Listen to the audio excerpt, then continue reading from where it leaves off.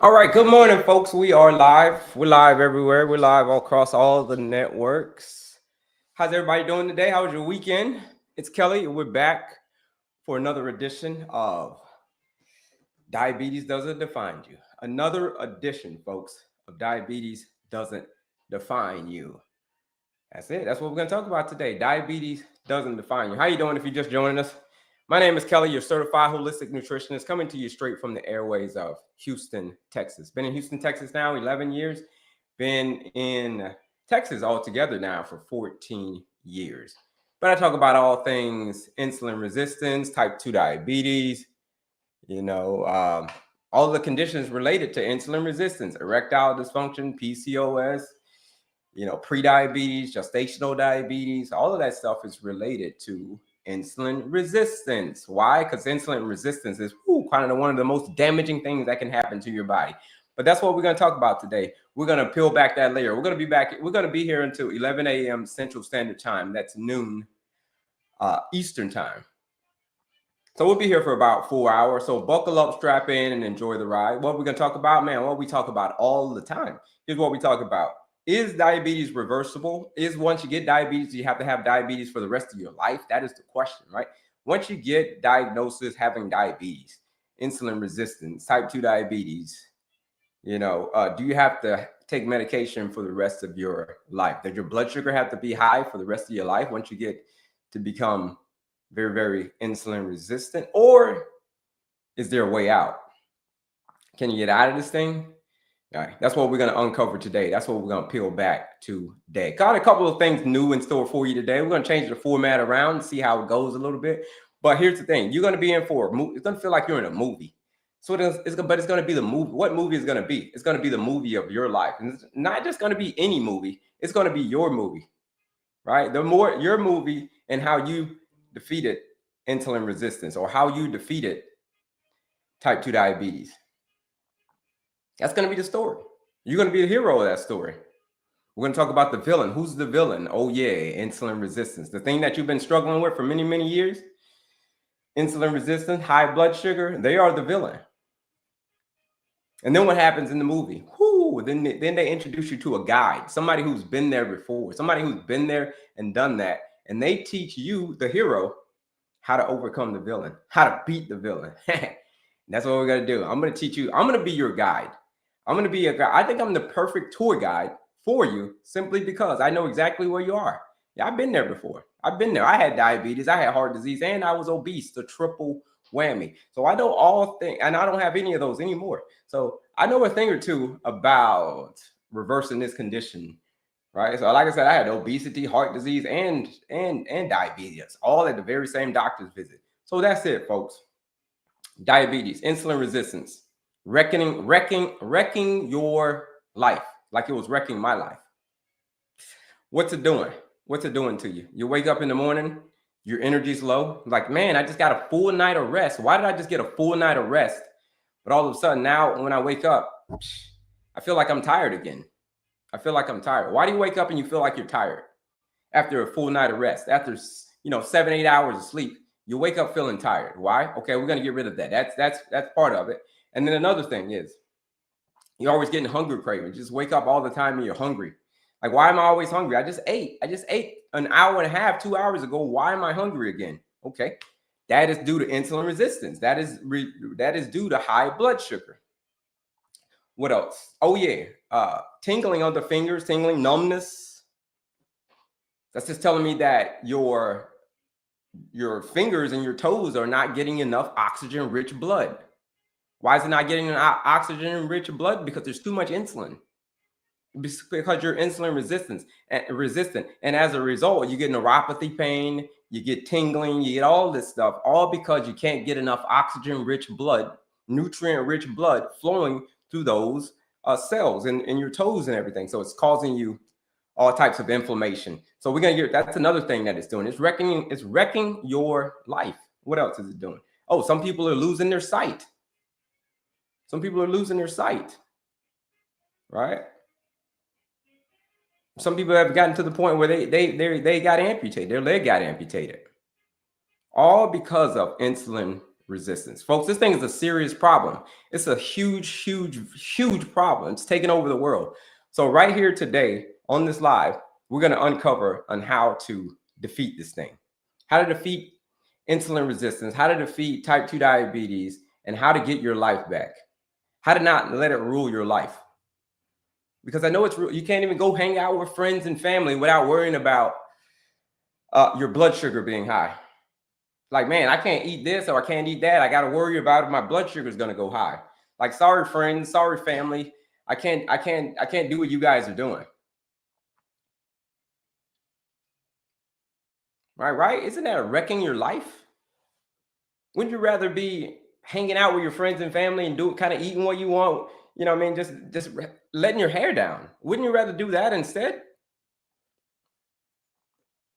Wouldn't you rather come home from work instead of you're just so tired, like, oh my God, I'm so tired. And then your kid's like, hey, Dad, can we play? Hey, Mom, can we play? Like, let's play. And you're like, no, I'm too tired to play. I'm too tired to, all of that. Instead of coming home, you can be like, your kids want to play, your kids want to hang out with you. You can say, yeah, let's, you know what? I got so much energy. I feel good. Let's go play the frisbee. Let's go throw the frisbee. Let's go throw the football out back, son. Because I got enough energy. I'm just not coming home and plopping on the couch because I'm so tired because of this condition that I have. That's it, folks. That's what we're going to uncover today. How to actually kick this thing in the butt and get your life back. That's it, folks. That's what we're going to talk about. My name is Kelley, Certified Holistic Nutritionist, and I will be your tour guide throughout this adventure. We'll be here to 11 a.m. Central Standard Time. So that's it. Let's see if we got any questions. Let's see if we got any questions. Not help. I was saying hello. Okay, great. Oh, Judith. What's up, Judith? How you doing? Shout out to you, Judith. What do you do? What do you do? What do you do? Here's where you get. Here it is. What is the answer, sir? What is the question? What is the question, sir? Let's see. I didn't see the question. Is it easy or less? Is it easy? Eat less, move more. Now it's yeah, sure. That's good in theory. But if it were that easy, everybody do it. If it would just tell everybody who's suffering from insulin resistance, it's easy, folks. Just eat less and do more. I mean, eat less and move more. Yeah. It's not quite that simple, though. That's part to it, but that's not quite that simple. I'm doing super good, Judith. Good. How are you doing? Let's see. What is the root cause of insulin resistance? Here it is right here. That's a good question. What is the root cause of insulin resistance is the question. And the root cause of this is this. It is your lifestyle, okay?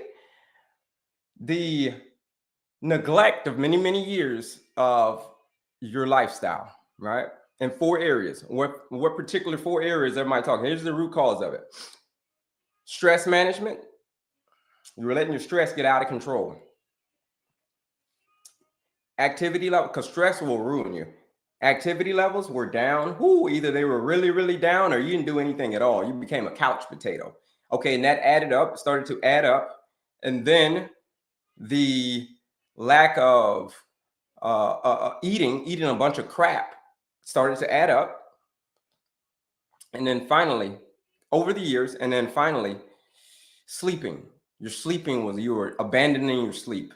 These are the 4 areas. And then there's a 5th area as well. Substance abuse / alcohol abuse / medications. Now, you combine all those things together and you get what's called insulin resistance.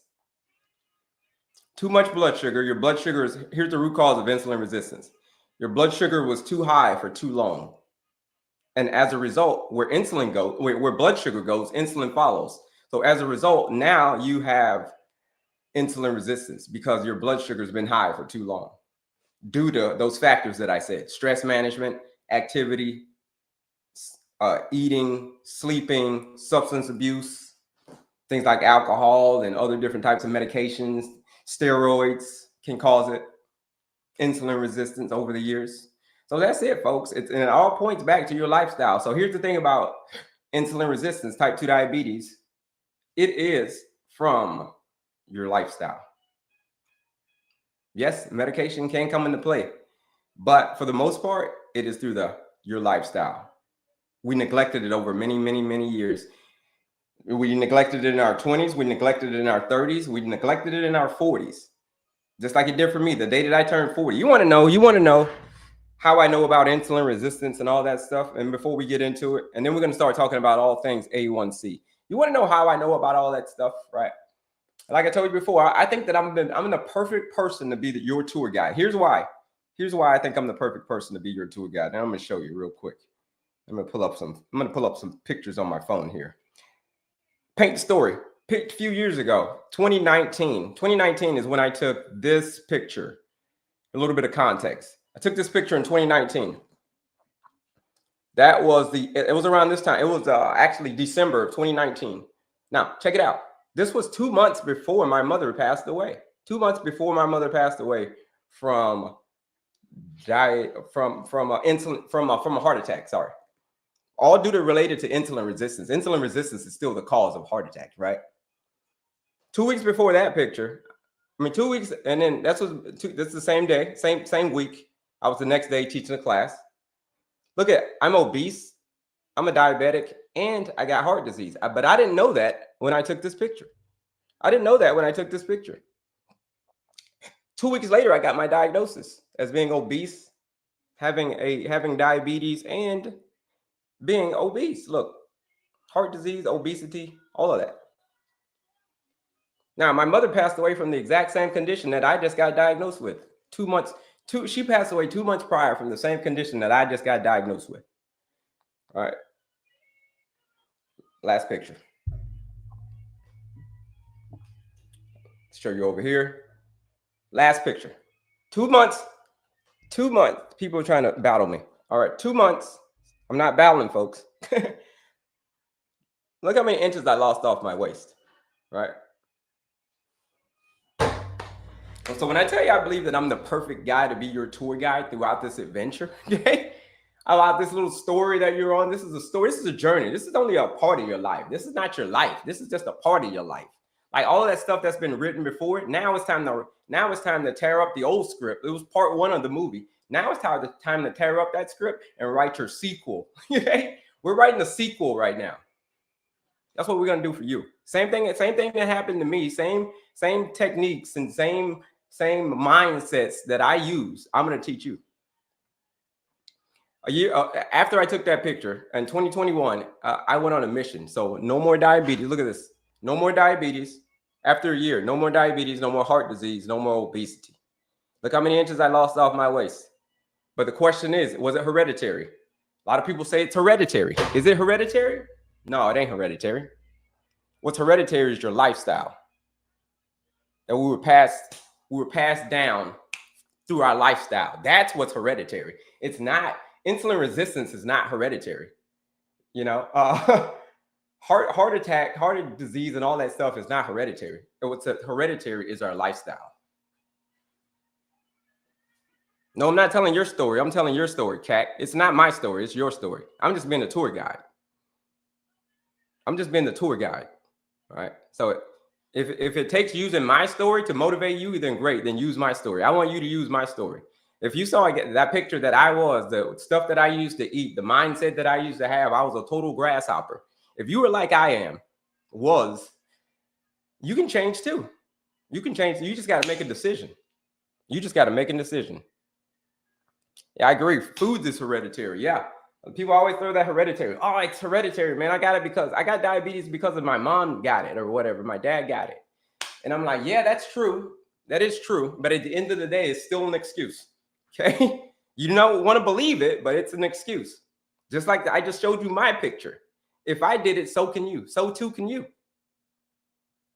It ran in my family. My mom had it. She just passed away 2 months prior, and I got diagnosed with the same condition 2 months later. So why do I not have it anymore? Was it hereditary? Was it the hereditary that was the reason I don't have it anymore?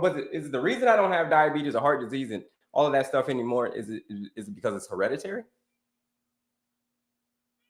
I don't think so. I don't have that stuff anymore because it's hereditary. What's more important, diet or exercise? Both. But diet for sure, though. For sure. Let's see some of these, and then we're gonna start getting up here and start talking about A1C, which is a result of calorie surplus. Not necessarily. Okay. I want to be in a Mission Impossible movie. Yeah, that's it. Who said that? Moyality. You want to be in a Mission Impossible movie. That's it. It's the movie of your life. What is the name of your movie? Yours is called Mission Impossible, featuring Moyality. Not Tom Cruise, but you. Yeah, you write that movie. So let's get into it, folks. Do me a favor and share this live out with anybody that you know that is struggling with prediabetes, gestational diabetes, insulin resistance. Anybody that you know that is struggling with any of that. Man, share this live out with them and bebop that screen. Share this live out as much as possible. Here we go. Let's see. Get in some of these questions. So do I have PCOS and underweight? So how do I have PCOS and underweight? PCOS and being underweight has nothing to do with PCOS.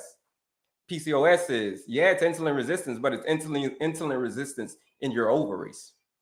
Most of the people you see most of the women who are slim and trim, they've got PCOS. Like, yo, why are you slim and trim, but you got PCOS? Because the insulin resistance is specifically attacking your ovaries.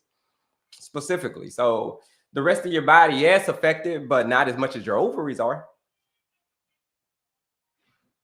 So it's just basic. Let's view PCOS as insulin resistance of the ovaries. That's what it is, folks. That's what it is. So, folks, let's start getting into this movie.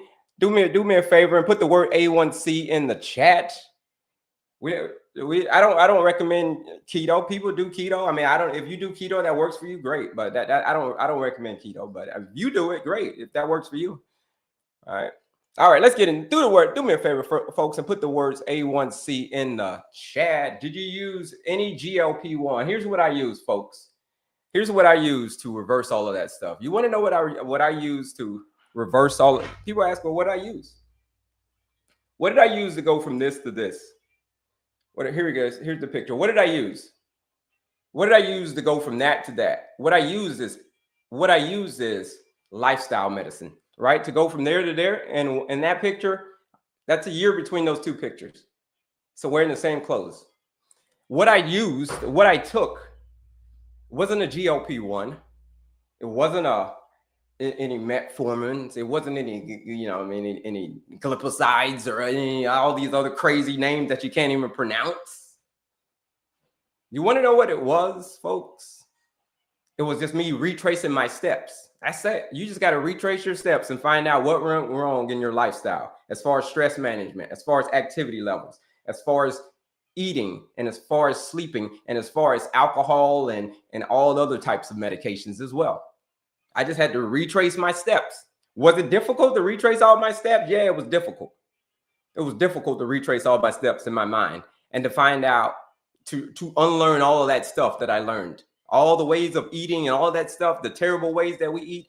That was the hardest part of, I had to unlearn all of that. And then I had to take what was called lifestyle medicine.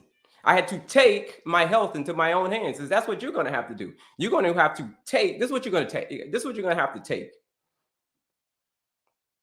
You're going to have to take your health back. You're going to have to do that. The doctor's not going to be able to do it for you. I'm not going to be able to do it for you. Your family's not going to be able to do it for you. You're going to have to be able to do that. You're the one. You're the one. You're going to have to be like Neo in the Matrix. The one, which we're going to talk about right now. Do you recommend any GLP-1 for insulin resistance? I recommend doing the work. Because the GLP-1 is just a temporary fix to a long-term problem. You're going to have a long-term problem. If you're taking GLP-1s and all of that other stuff, it's gonna help you temporarily. But here's what I recommend. I recommend doing the work. I recommend showing up, doing the work, and doing it again tomorrow. I'm going to show you what the work is. Part 1, A1C. We're going to talk about A1C and what it means to have a high hemoglobin A1C, what that actually means. The second thing we're going to talk about is once you have a high A1C and what it actually means, what insulin resistance means. The next thing is, how do you bring the number back down? How do you bring the number back down to the normal range? Back to get your blood sugar back to normal. How do you do that? So that's what we're going to talk about today, folks. A1C. All right, let's get to it. I want to do the lifestyle, my sequel movie. Yeah, you want to do, that's it. The sequel movie is lifestyle. Part 2, you talked about, let me bring my cameras up here. You talked about Mission Impossible, didn't you? Well, Tom Cruise is also in another movie called Top Gun. You seen Top Gun? Ooh, Maverick. And then they had the sequel. Ooh, who thought that Maverick, the Top Gun sequel, would be so good? Like 30 years later, that movie was great. Top Gun, Maverick. Woo! Now that was a sequel. What's your sequel going to be like? Is your sequel going to be like Maverick, like Top Gun? Is that what your sequel is going to be like? Or is your sequel going to be like one of those movies, like you saw that? Did you see that movie? Oh, my part 2 of that movie. Oh my gosh, part 2 was so terrible. The sequel was terrible. No. That's not how we're going to write your story. Now we're going to talk about, folks, do me a favor. Here's what I want y'all to do. Click the link in my bio, folks, and then there's a bunch of goodies in there. It's like Disney World for diabetics. We'll talk. You want to click that. You want to take a bunch of stuff. There's a quiz, masterclass, all types of stuff. But before we get into that, folks, we're going to talk about what is a hemoglobin A1C. Who's ever gone to the doctor, right? It's a very, very important number that most people really don't understand what it is. But who's ever gone to the doctor and they say, listen, you are anemic, you've got, you're tired all the time, you've got low iron. Who's ever gone to the doctor and experienced that before? They say you're anemic, you got low iron, you got all of that stuff.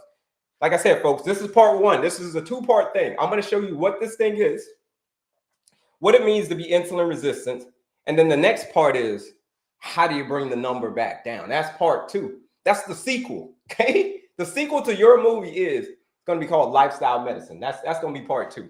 So throw a me in the chat. Okay, we got some me's. Any me's over here? Shout out to you over here as well. Shout out to you in this camera right here. Shout out to you live everywhere. All right, well, let's see. A1C. Me. Just got back from the doctor last week. Told me that my A1C is a 12.4. Ooh, me. All right, we're going to find out exactly what these numbers mean. So a lot of people are going to say, hey, is my number good? Is this number good? Is that number good? What does that number mean, Kelley? Is a 7 good? The doctor told me it was a 7. Is that good? They said that's good. You're okay. That's what the doctor told me. I hear stories like that. Hemoglobin. Let's find out what this is. Because we don't know what the villain is. Here's the villain. If you're in your movie and you don't know who the villain is, who you fighting? What's the point of the movie? There's no villain. Okay. Hemoglobin A1C. What the hell is it? Only your oxygen-rich blood. It's only your oxygen-rich blood. Every time you breathe, I don't know how long you've been on this live. Let's just say you've been on this live for, let's say you've been here for 15 minutes. You've been here for 15 minutes. Oh, let me flip my camera around over here. Let's just say you've been here for 15 minutes. And with that being said, you've been breathing a whole bunch, like,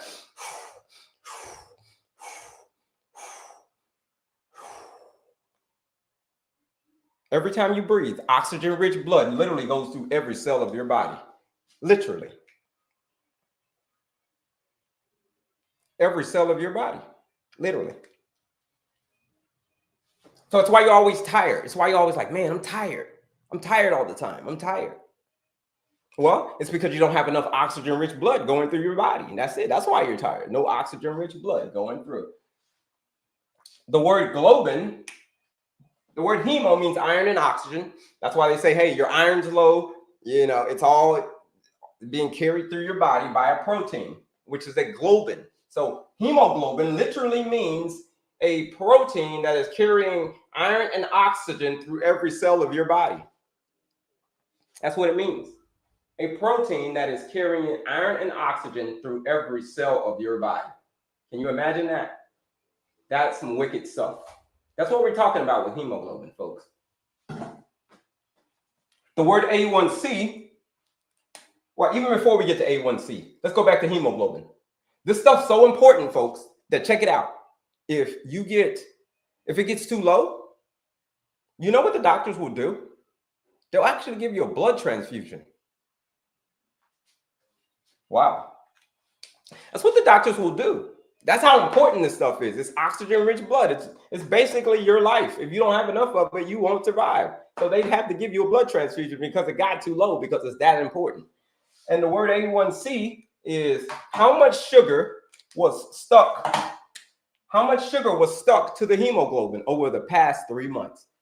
Sugar is very, very sticky stuff, and it's annoying. If you know what I mean, if you took a piece of candy and you put a piece of candy in your mouth, and like a Jolly Rancher, and then it got all over your fingers, you'd be like, ew, gross. Wouldn't you say that? Like, ew, that's gross. It'd be nasty. You try to get it off, and it gets so annoying that you try to go wash your hands. You go wash your hands, but because it's so sticky and annoying.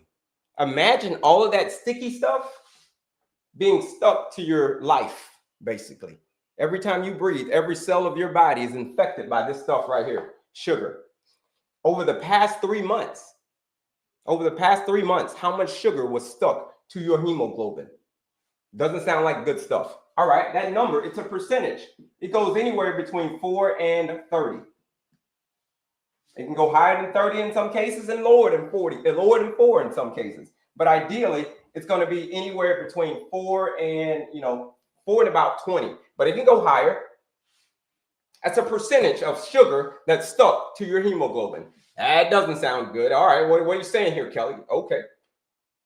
Let's up the ante a little bit. Let's find out what it means. Who knows what it means when you go to the doctor and your A1C, your hemoglobin A1C, comes back between a 5.7 and a 6.4. Who can tell me what that means? It's not question time right now. We're going to the board. It's classes in session. We come back to the questions. I'll come back to the questions in a little bit. But right now, I'm on the board. I can't answer your questions when I'm on the board. But the question is, what happens when you go and they give you that diagnosis? Yeah, pre-diabetic. Yeah, pre-diabetic. That's it. Pre-diabetic. But what does it mean to be everybody said pre-diabetic. But what does it mean to be a pre-diabetic? Who knows what that means? But what does that really mean? Who knows what that means? Can you tell me what it means to really be do you know what it really means to be a pre-diabetic? Right? Is it just a number? Because people say you're a pre-diabetic, but what does that mean though? Why should I care? Hemoglobin A1C, yeah, okay, in danger. Glucose is high. Stage 3. Okay. Here's what. Let's see if we can see why. At risk. At risk for what?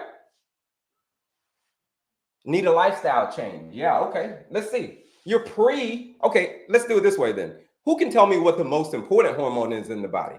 There's a lot of important hormones in the body, but the question is, which one is the most important? Can you tell me which one is the most important? There's a lot, right? You got ghrelin, you got, leptin, you got reproductive hormones, testosterone, estrogen, cortisol, insulin, glucagon. Which one is the most important? Do you think? Yeah, somebody said a couple of insulins, a cortisol. Let's see, the most important one. Which one do you think, folks? Let's see. Ooh, we're getting a lot of votes for it. Ooh, getting a lot of votes for insulin. Ooh, glycogen, stored blood sugar, but okay. Okay, yeah. Insulin. Insulin, folks, is the most important hormone in the body. Here's how important insulin is. It's so important that if you don't have enough of it, you won't survive. If you're a type 1 diabetic and you don't have enough insulin going through your body, you don't have insulin going through your body, you will not survive. It is why they are insulin. It is what it means to be insulin dependent.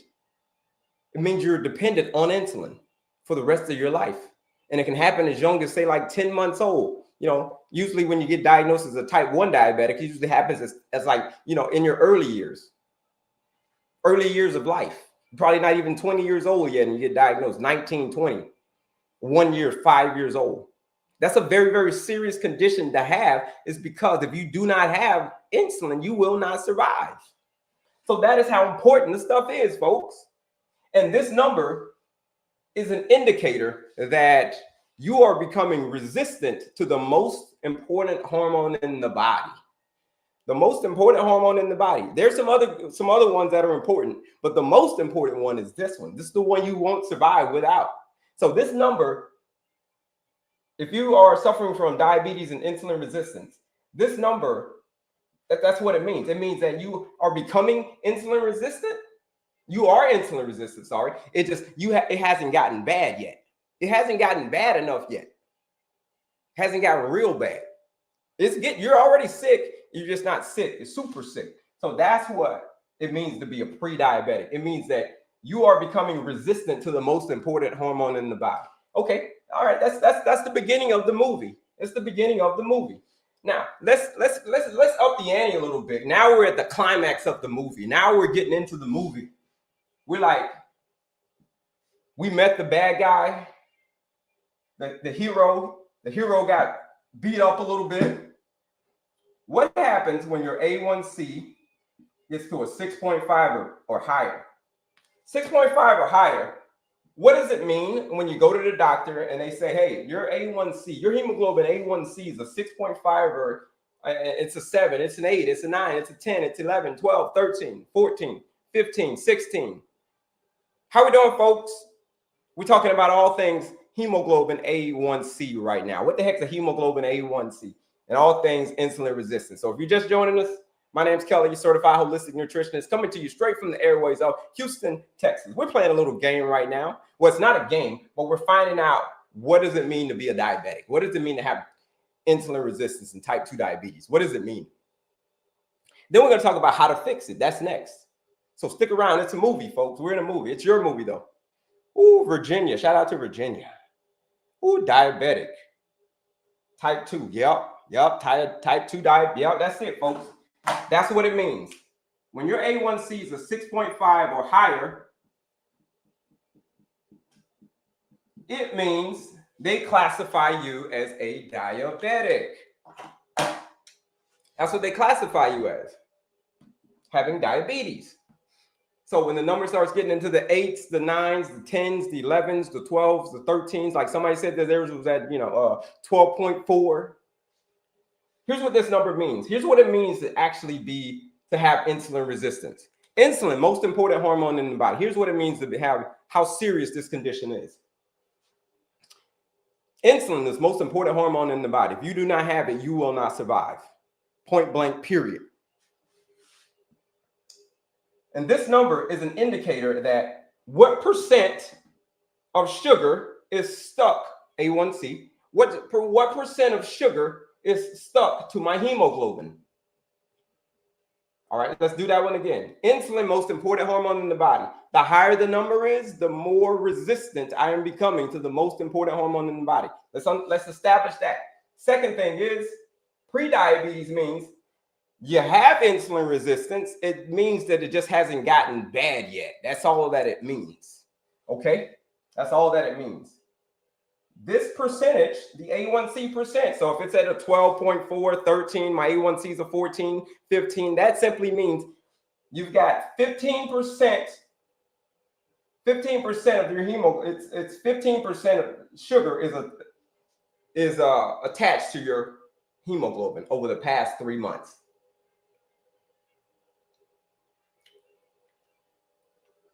15% sugar is attached to your hemoglobin. But that's not the right word. The right word is stuck. How much is stuck to your hemoglobin? And we said what if you're just joining us, here's what hemoglobin is. Hemoglobin is oxygen-rich blood. Oxygen-rich blood needs to go through every cell of your body. And if it doesn't, you also will not survive. If it gets too low, they got to give you a blood transfusion when your hemoglobin gets too low. So this is what this number actually means, folks. I don't know if anybody's your doctor or anybody ever broke this number down to you like this before, but it simply means this. If, in simple terms, if you are suffering from insulin resistance, if you've got a high percent of sugar stuck to your hemoglobin, it literally means in this terms, it literally means that the sugar is literally sucking the life out of you. Literally. Like, that's what it means to have a high A1C. It literally means this in layman terms. The sugar is literally sucking the life out of you. It's basically like a vampire. Sugar is like picture a vampire being stuck to your neck, just sucking all of your blood out. Like, oh, my blood is going. Till you eventually, you're no longer. You're gone. You're just still because the vampire took all of your blood. That's what it means. That's what the sugar is doing. It's like a vampire. And it's why people leave this earth 20 years too soon, 15, 20 years too soon. It's because they had too much percentage of sugar stuck to their hemoglobin. And as a result, the sugar literally choked the life out of them 15, 20 years too soon. They pass away at the age of 55 years old, like my sister did. Or they pass away at the age of 67, like my mom did. Like that story I told you about my mom. Yeah, and she had passed away at the age of 67. And my sister was even younger than my mom was. She was 55.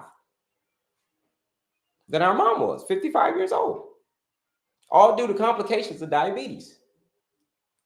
Because she had diabetes for many, many years. She had too much of a percentage of sugar stuck to her hemoglobin for many, many years. And as a result, my big sister is no longer here. 2 years ago that happened. That happened 2 years ago this month, just a couple of days ago. 2 years ago. So, folks, this is what it means to have a high A1C. Here's where you want to get it, though. Here's where you want to get it. Ideally, here's where you want it. 4.9, 5.3. That's ideally where you want it. But the question is, how do I get it back there? If my number has gotten up to a 7, an 8, a 9, a 10, 11, the higher the number, here's what it means. Because people will still ask me if 15 is good. I'll just put it to you like this. The higher the number is, the faster you're checking out of here. The faster your cells are glycating. It's called glycation. That's the scientific word for it. It's the faster your cells are glycating. So the more you can start knocking that sugar off, you knock it off, and then the more sugar you knock off, here's how you play the game, folks. It's a game at this point. The more sugar that you knock off, the more years you bring back to your life. You're knocking off sugar, boom. You're knocking off sugar, boom. More years in my life. Knocking off sugar, boom. More years are added to my life. Knocking off sugar, boom. I'm not leaving here at 55. Boom. More sugar knocked off, boom. I'm living to 60. More sugar knocked off, boom. I'm living to 70. More sugar knocked off. I'm living to 90. You can get so good. You can get so good at knocking off. Your body can be so bulletproof, basically. You can make yourself so insulin sensitive, and you can keep your A1C in that ideal range for the rest of your life. And as a result, now you're 100 years old. You're hanging out with the grands. You got the great grands. Wouldn't you want to live to see some great grands? Like, I got some great grands. How many?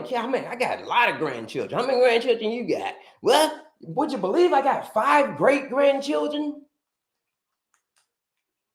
Would you like to make it there? See, that's the part of the movie. That's why we're rewriting this movie. We're going to rewrite this movie. I'm going to show you how to do that. This is where the movie is. This is the problem. First part of the movie. Second part is, what's the hero going to have to do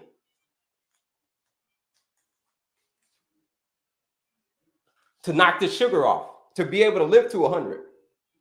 That's the work. That's called work.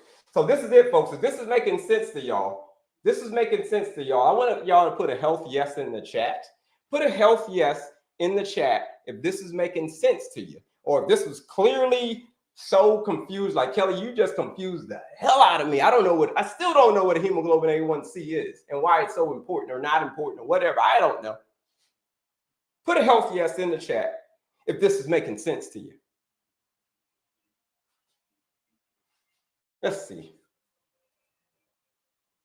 We're waiting on the information. This is a 4-hour live. How long you been dealing with this problem? It's a movie, right? It's a movie. So that's why it's 4 hours. That's a whole movie. That's why I got this Predator on. I'm a big 80s fan. Okay, good. Here's the thing, folks. If you want to know where you stand, now we're going to talk about how to bring this number down. This is the part that people say that they want to do, but they really don't want it, right? They don't want it. I'm going to show you why. Here's what I want you to do. Register for if you're just joining us, click right here. Click on my picture again, and then you're going to come to something that looks like this, folks. It's called the link in my bio. Go to the link in my bio. Right here, and go take the quiz right here. Click right here and go take the quiz. It is a 2-minute quiz that you can take to understand and learn your diabetes management style. Right here, quiz. Find out how well have you been doing in this area. Have you been doing a great job in this area, or have you been doing a terrible job? Right here, look, the quiz right here. Have you been doing a great job managing your hemoglobin A1C, or have you been doing a terrible job, right? There's a whole bunch of goodies on there. There's a quiz, there's the master class. It's a free quiz, free master class right here. That's what we're gonna talk about, the master class coming up. What's in the master class? How to fix this thing. And then the 14-day blood sugar reset challenge. This is for people who are my serious action takers. The 14-day blood sugar reset challenge. If you've gotten to the point where you're like, enough with this number already, Kelley, I'm ready for serious change. That is for my people who have joined the 14-day blood sugar reset challenge. But here's the thing. Now we're going to talk about how to fix this thing. Let's see if I got any questions. Let's see if we got any questions. All right, no questions. Now we're going to talk about the work that you got to do. Well, what's the work, Kelley? What's the work? Now that you understand what this thing is. What's the work?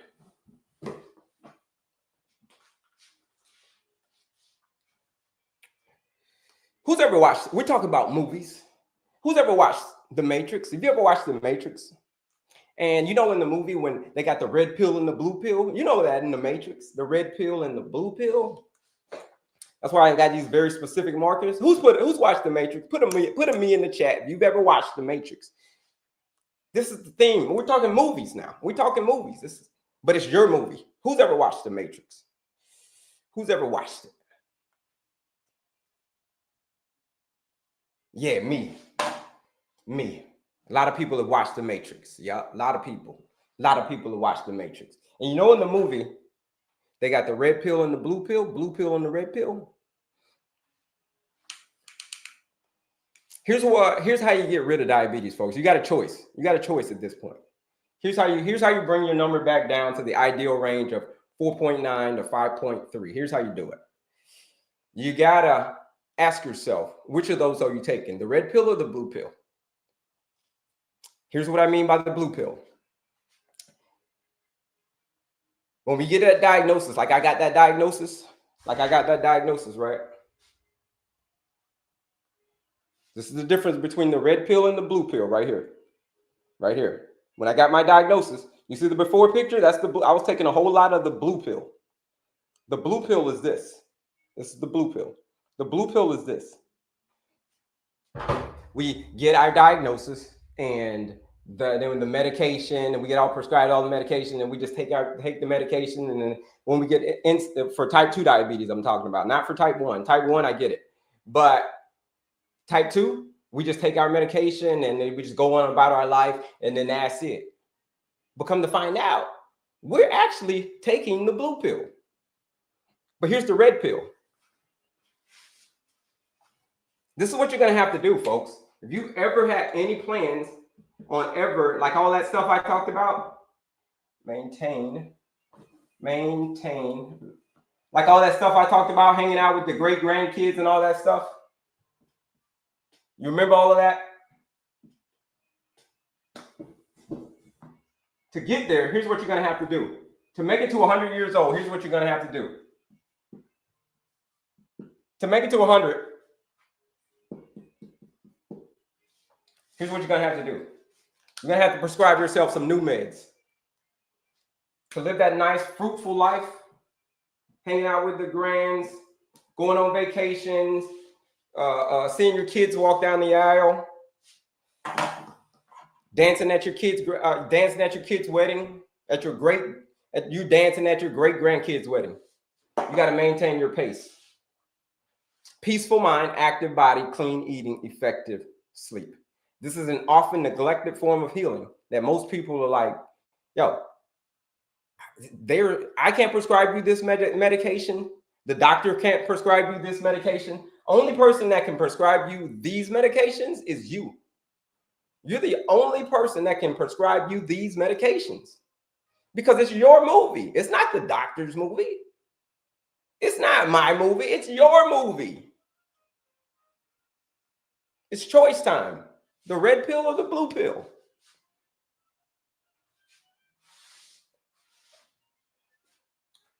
If you've been suffering from insulin resistance for 5 years, 10 years, 15 years, 20 years, 30 years, 40 years, however many years it's been, it doesn't matter how long that it's been, your body wants to heal. And if you give it the right tools and if you give it the right equipment, it will heal itself. It will heal itself. Same thing it did for me. When I went from those two pictures, the red pill and the blue pill, I'm going to show you again, the red pill and the blue pill right here. That's the matrix. The red pill and the blue pill.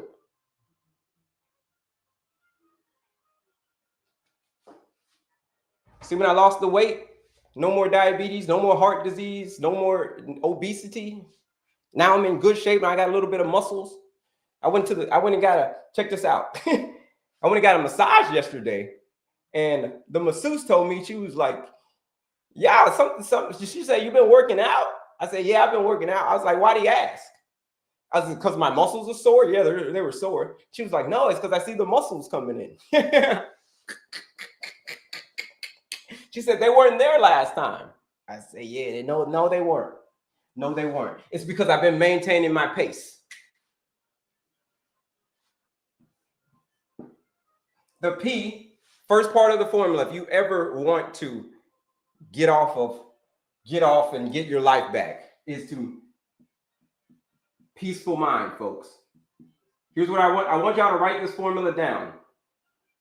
Write this formula down and take it with you everywhere. It's a formula. It's called the lifestyle medicine. It's lifestyle medicine, but I call it the freedom formula. That's what I call it, the freedom formula. You can find more about the freedom formula in that link in my bio. But check this out. It's this absolutely free masterclass. But check it out. The first part of the P, first part is peaceful mind. Cortisol. Cortisol is a major, and I mean a major destroyer. I said that insulin was the most important hormone in the body. But this is the prescription that you're going to have to prescribe yourself. You're going to have to prescribe yourself a peaceful mind. Why? It's because cortisol can wreck literally everything. If you're working out like a champ, if you're doing all this stuff, if you work and you're eating right, but if you're stressed out, like somebody was saying earlier, like all you got to do is eat less and move more. I'm like, yeah, that's part of it. It's part of it, but it ain't the whole formula. You missed the other parts of the formula. Peaceful mind, cortisol. Cortisol is like this. I grew up in Florida, and there's a whole bunch of alligators in Florida.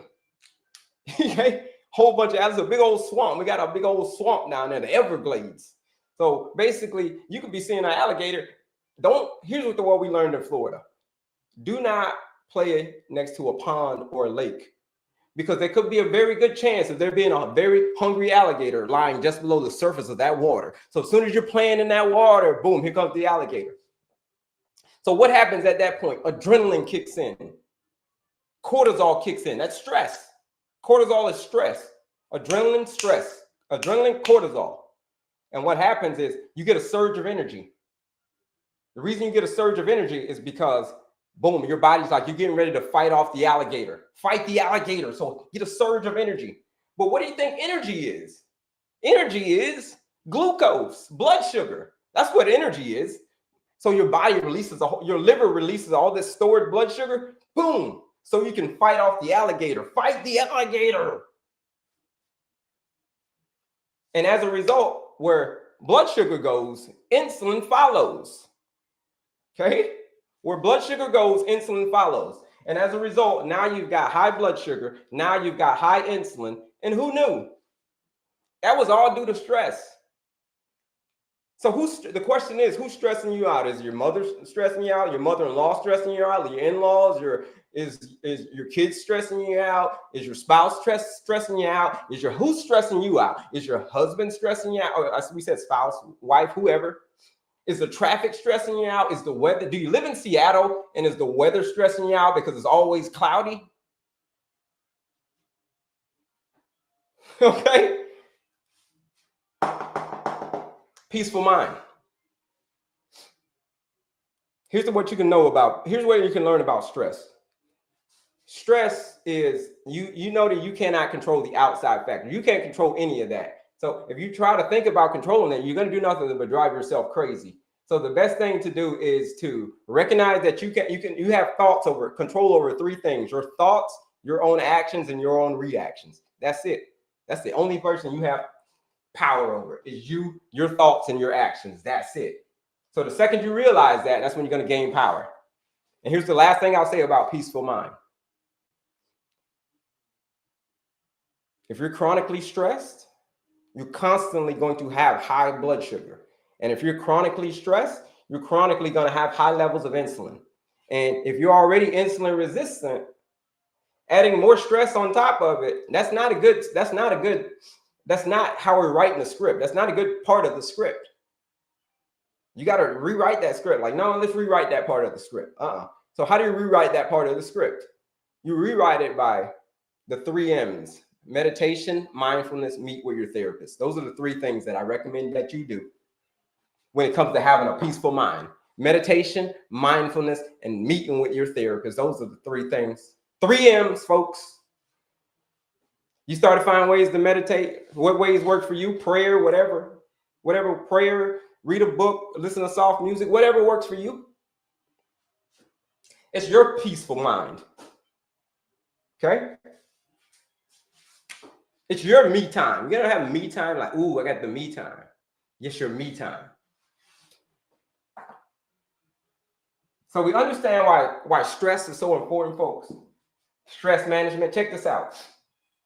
This one right here, this part of the formula, this part of the prescription that you're going to have to write for yourself. Again, I can't prescribe you this medication. The doctor can't prescribe you this medication. Only person that can prescribe themselves this medication, because it's their movie, because it's your movie, it's you. Active body. Whew. Now, this has been part of our prescription for like a million years. You see, but we often fail to cash in on it because of comfort. Comfort is destroying everything. Netflix, just being able to watch whatever you want and all that stuff, binge watching is destroyed by being active. Part of the prescription. Most of the time we're couch potatoes. Like when I showed you that picture, my before and after picture, you think that I was being active? Here's what I would do. I was being active. I'm going to tell you, this is what I would do. I was being active. I was probably active like 30 minutes a day, 5 days a week. So you want to be active at least 30 minutes a day, 5 days a week of moderate intensive movement. I was being active, but here's what I was doing. I'd work out in the morning. I wake up and I work out for like 30 minutes in the morning. This was when I was obese and had diabetes and all that stuff. And then the rest of the day, the rest of the 23 hours out of the day, I would literally sit on my couch with the remote in my hands, drinking Mountain Dews, eating gummy worms, and eating McDonald's for the rest of the day. I'd work out in the morning, 30 minutes. Then come the rest of the day, I'm a couch potato the whole day. And as a result, started to pile up and pile up and pile up. That's what happens, folks. Active body. So 30 minutes a day, 5 days a week of moderate intensive movement. You're like, well, what's moderate intensive movement? That means that you can, if you're on the treadmill, if you're on the treadmill, right? That means that you can talk. See how I'm talking right now? I can talk, yeah? I can talk, can I? Yeah. But if I were able to sing, if I'm able to sing, that's not moderate intensive movement. If I'm able to talk, that's moderate. You can talk, but you can't sing. If you're not moving fast enough, where you're just like looking at the birds and you're singing with the birds, that means you ain't moving fast enough. That means you got to pick up the pace. Active body. That's it, folks. Why is it so important to be active? Here's why. Because when you're active, muscles are hungry. What are muscles hungry for? They're hungry for the same stuff that you've got too much of. Okay? They're hungry for the same stuff that you've got too much of. Blood sugar. Muscles love blood sugar. It's like a match made in heaven. Because whenever you move, whenever you eat a meal, and whenever you've got blood sugar in your bloodstream, there's blood sugar in the bloodstream, the muscles will soak all of that up. So when you start moving your body like this, those muscles are so hungry. So they're like, we need energy now. Give it to me now. Give me the blood sugar now. We're hungry for it. And the more you move it, the more you move your body, the more resistance that you put against your body, the hungrier your muscles get. It's like they have an insatiable, it's like your muscles have an insatiable thirst that it's like a vampire, like I talked about earlier. It's like an insatiable thirst for blood sugar, your muscles. Just think of, every time you think of your muscles, think of a vampire having an insatiable thirst for blood. But instead of blood, it's blood sugar specifically.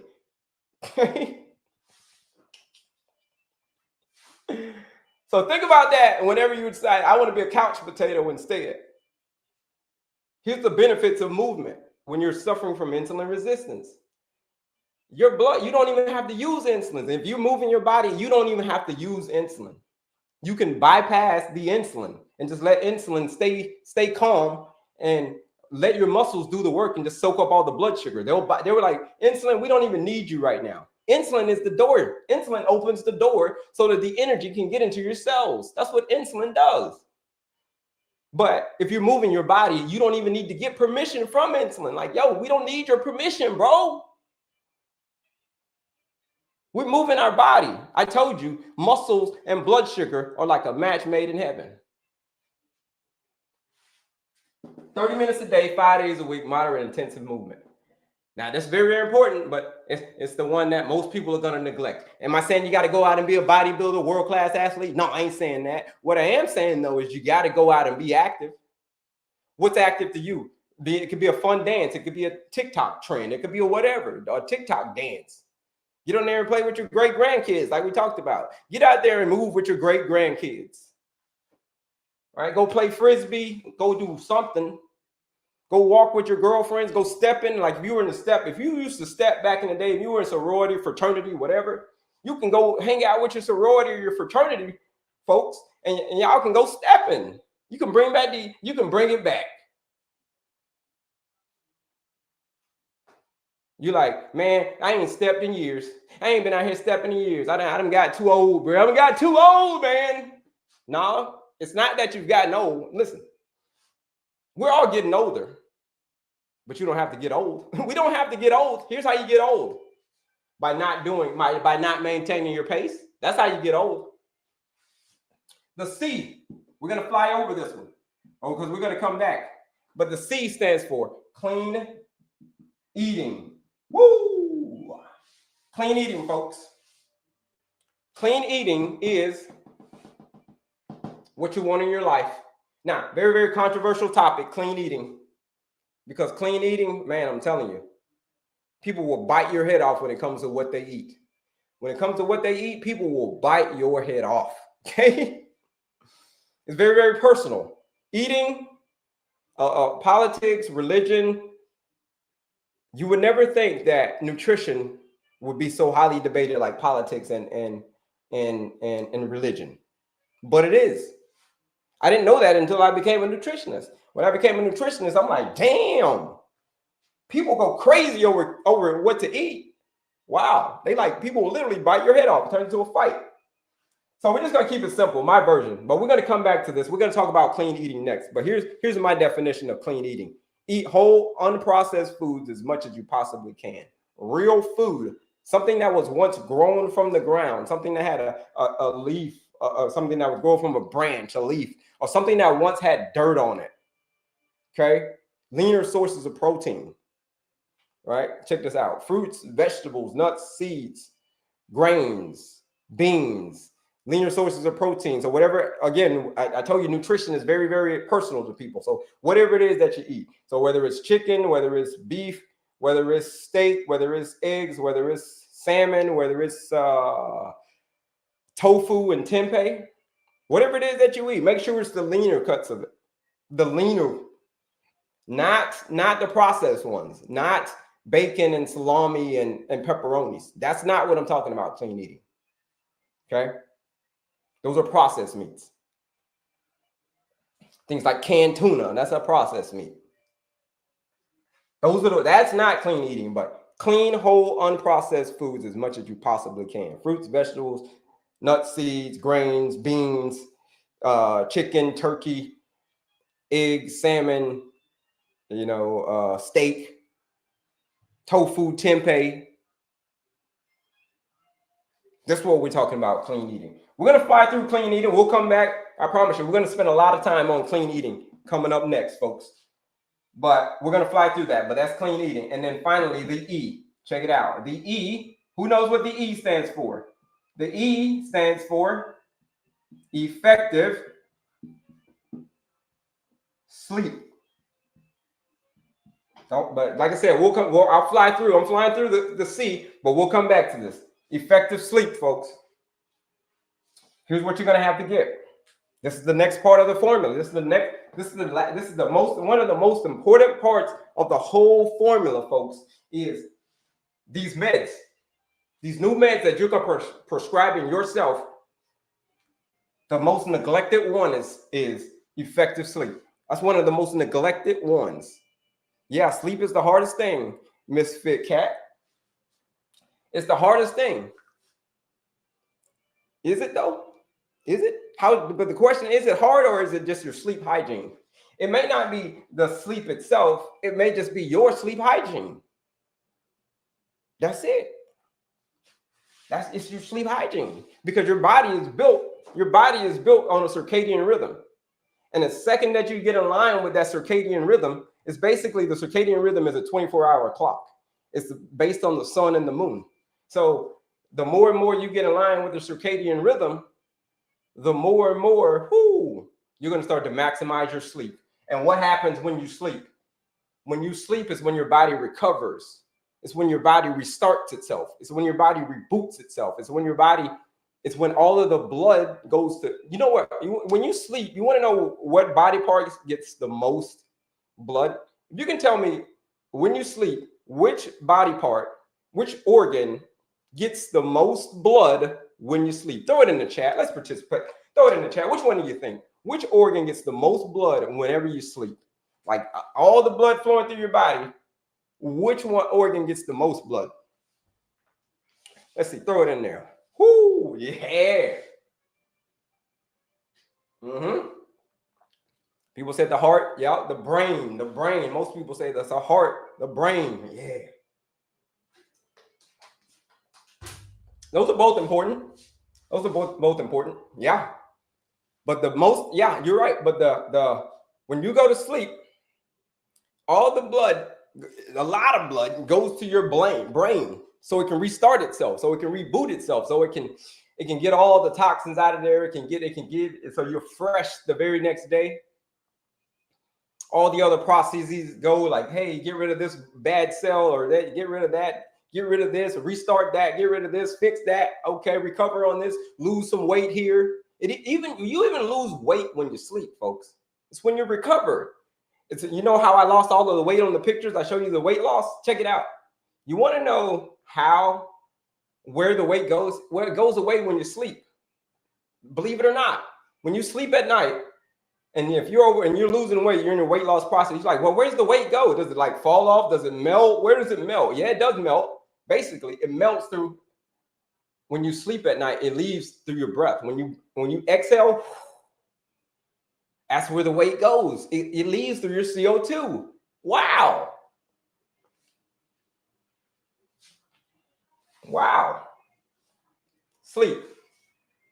6 to 9 hours of effective sleep every single night is what you need every single night. 6 to 9 hours of effective sleep.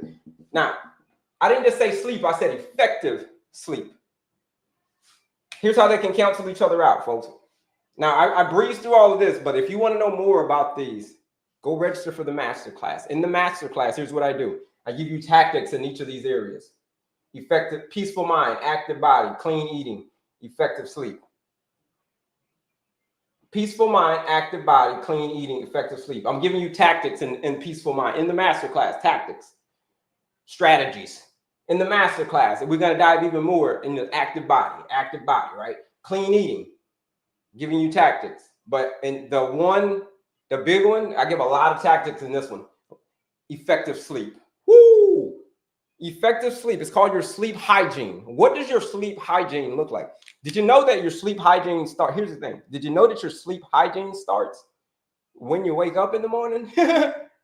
You're preparing for bed. How you wake up in the morning and go about your morning will set you up how you sleep at night. For instance, check this out. Check this out. I said a circadian rhythm. You go out into the sun right when you wake up in the morning and let that cortisol hit your eyes. And wait 30. Let that cortisol. I mean, let the rays hit your eyes so the cortisol maxes out. Check it out. You are now going to be more energetic because you naturally let the cortisol kick in instead of just waking up first thing in the morning, even before you went outside, is just grab a cup of coffee. Don't do that. Don't just wake up in the morning and grab a cup of coffee. Go out into the sun first. Let them rays hit your eyes, and then wait about 60 to 90 minutes after that, and then see how you feel. Then have the coffee 90 minutes later. Right? We're going to talk. See, these are effective sleep. These are strategies. Sleep hygiene. And as a result, that's going to affect how you sleep at night. All because you got that cortisol early in the morning. Your brain is like, it's a whole thing, I'm telling you. In the masterclass, register for that. Here it is, right here. It's linked in my bio. Before I do that, let me tell you how they cancel each other out. Here's how they cancel each other out. Watch this. Here's how they cancel each other out. Last thing. Before I tell you where it is. It's a free masterclass. Right here. Boom, boom. Here's how they cancel each other out. A lot of people will say, hey, Kelley, I got the C right and I got the A right. I got the C and the A. Oh, man, but I need to work on the E, Kelley. Or, man, I need to work on the P. Oh, man, I'm not losing weight. Why am I not losing weight, Kelley?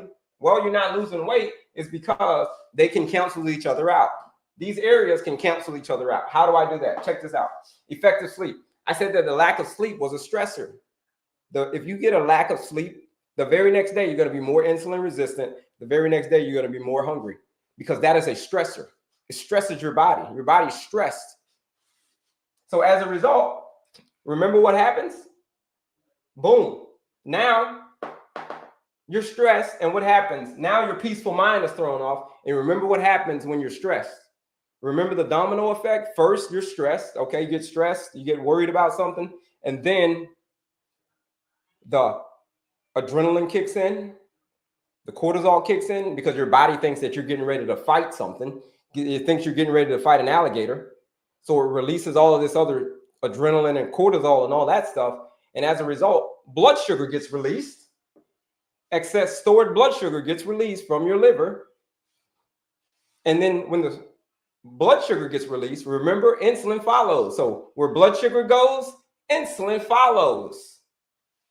So as a result, you're working out like a champ. You're eating right. Like, man, I'm eating great, Kelley. I'm working out, but I'm getting poor sleep, man. Or I'm chronically stressed all of the time, man. You know what you just did? You just canceled them all out. You just canceled those other two out. They just canceled out.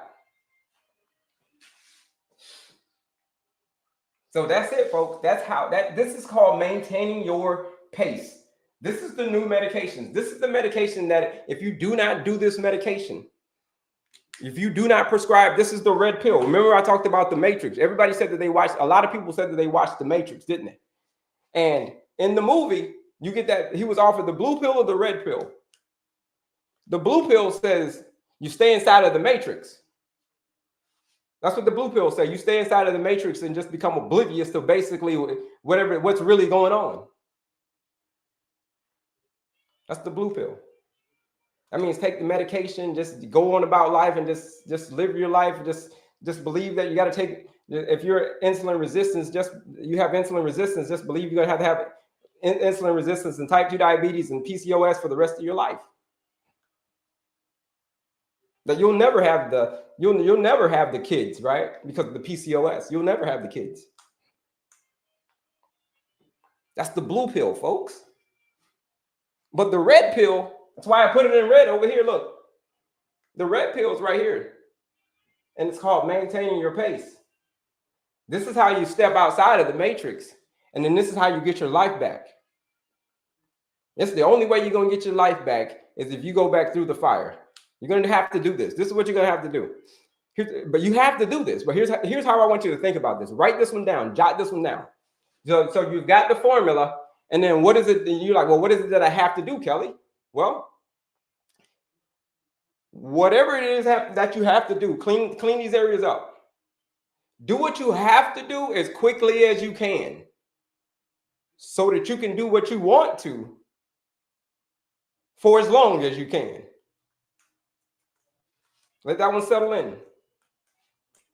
Do what you have to as quickly as you can. And this is right here. This is the work. Do the work as quickly as you can. As quickly as you can. Start, if you've been neglecting the work for many, many years, let's start cleaning up neglect today. Let's start today. Clean it up. You got neglect, clean it up. Wherever you've been neglected in these areas, clean it up. And take the red pill. You take that red pill, you show up, you do the work, and you do it again the next day. It's the ultimate shortcut. Show up, do the work, do it again the next day. Show up, do the work. What's the work? This is the work. You show up, you do the work, you do it again the next day. Until you keep on showing up day after day after day and doing the work and doing it again the next day. And then you look back, and then next thing you know, you'll be just like I did. I told you, I'm the perfect guy to be your tour guide throughout this adventure. Look, I'm the perfect guy to be your tour guide. I'm going to show you. I'm your perfect guy to be your tour guide. Look at that. I wasn't even that big in that one. That was me taking the blue pill. Look, I'm at the beach. Perfect place to be at the beach, hanging out, just being relaxed and chilling. And look at my belly. Now look at the other one. I'm in the gym. Look at holding weights in my hands. Look at the difference. Okay, the difference between the blue pill and the red pill right there. Perfect example. Okay, blue pill, red pill. All right, blue pill, red pill, folks. Blue pill, I'm going to show you this camera as well. Blue pill, red pill. One more. Blue pill, red pill. You choose. You're Neo. You're Neo in your story. Who's Neo in your story? Oh yeah, you are. You're Neo. That's it, folks. I did what I had to do as quickly as I could. That was in 2021. I locked in 2021 when I did the transformation. I locked in.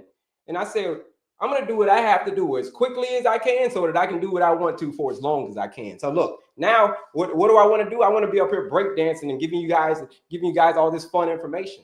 That's what I want to be doing. Look, I did what I had to do as quickly as I could. So now I can do what I want to for as long as I can.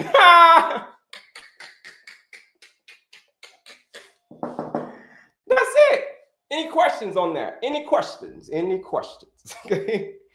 You want to know, last thing, you want to know where this quiz is? I mean, the master class is here. So you click right up here, folks. You click on my picture again. And here it is. And here it is. We're going to do clean eating next. Don't worry. Clean eating is coming up next. Check it out. We're going to talk more about clean eating. Don't worry, folks. We got you on clean eating. Check this out. There's the quiz. Go take the quiz. The first one, to understand and learn your diabetes management style. Go take the quiz. Look right here. Quiz, and then the master class right here. Right here, look. Right there, boom. I'm going to get to your questions right now. But here it is. Register now. Register for that. Register for the master class, where I break down this whole formula right here. Peaceful mind, active body, clean eating, effective sleep. I'm going to give you tactics in each of these areas, more and more tactics, so you can maintain your pace, so that you could be, next thing you know, you're 100 years old. You can be so good at, we're planning ahead. You can get so good at planning ahead. Check this out. I want you to get so good at planning ahead that you messed around and made a plan to outlive your doctor. You can get so good at planning ahead in your health and taking these meds. You can get so good at that you can make a plan to outlive your doctor.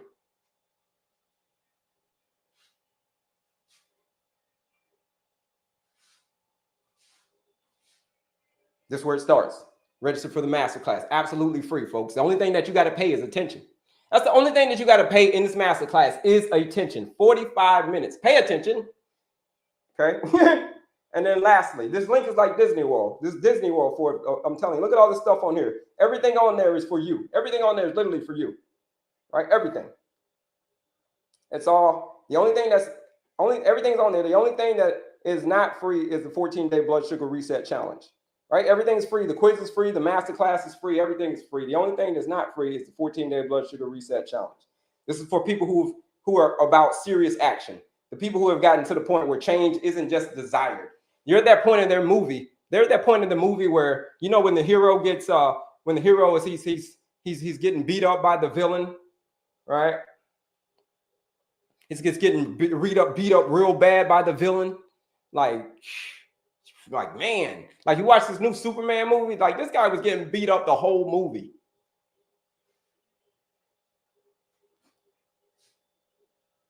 When you're getting beat up like that in that movie, this is when people join the 14-day blood sugar reset challenge. Why? It's because they needed a guide. They need a guide to come in and help them out. I told you I'm the perfect, I believe that I'm your perfect guide. I showed you my story. I showed you here are my qualifications: certified nutritionist, health coach. Yeah, all of that stuff. Yeah, great. But here's what I created: the 14-day blood sugar reset challenge. Only thing that's not free. It's $99 to join the 14-day blood sugar reset challenge. But here's the thing: while I'm live, the live discount code is today. It's still reset 20. Yeah, we haven't changed it yet. It's a reset 20, 14-day blood sugar reset challenge. Here's what you get. Everything, right? 14 days, 42 meals, all designed by me. It is a blueprint. It is for people who have gotten to the point where change isn't just desired. They're like, change is not desired, Kelley. It's necessary. Like, I want to be here for my grandkids. I want to be a great grandkid. I want to be a great grandparent. I want to make a plan to outlive my doctor. 67 years is too young for me, Kelley. You know, 70, I don't care, 77 years old. The oldest person who signed up for the challenge, she's 80 years old. She's 80 years old and she's kicking butt. She's 80. What do you mean, is it too late? There is no such thing. Their body wants to heal. Your body wants to heal. Doesn't matter. So that's it, folks. Use the discount code RESET20. You want to join that 14-day blood sugar reset challenge. Put it up on the board. And then I'm going to get you your questions. RESET20. That's it. That's it. Questions. Who's got questions? Let's get to these questions, folks. It's Q&A time of the challenge. It's Q&A. It's Q&A. What's the name of the app? What's the name of what app?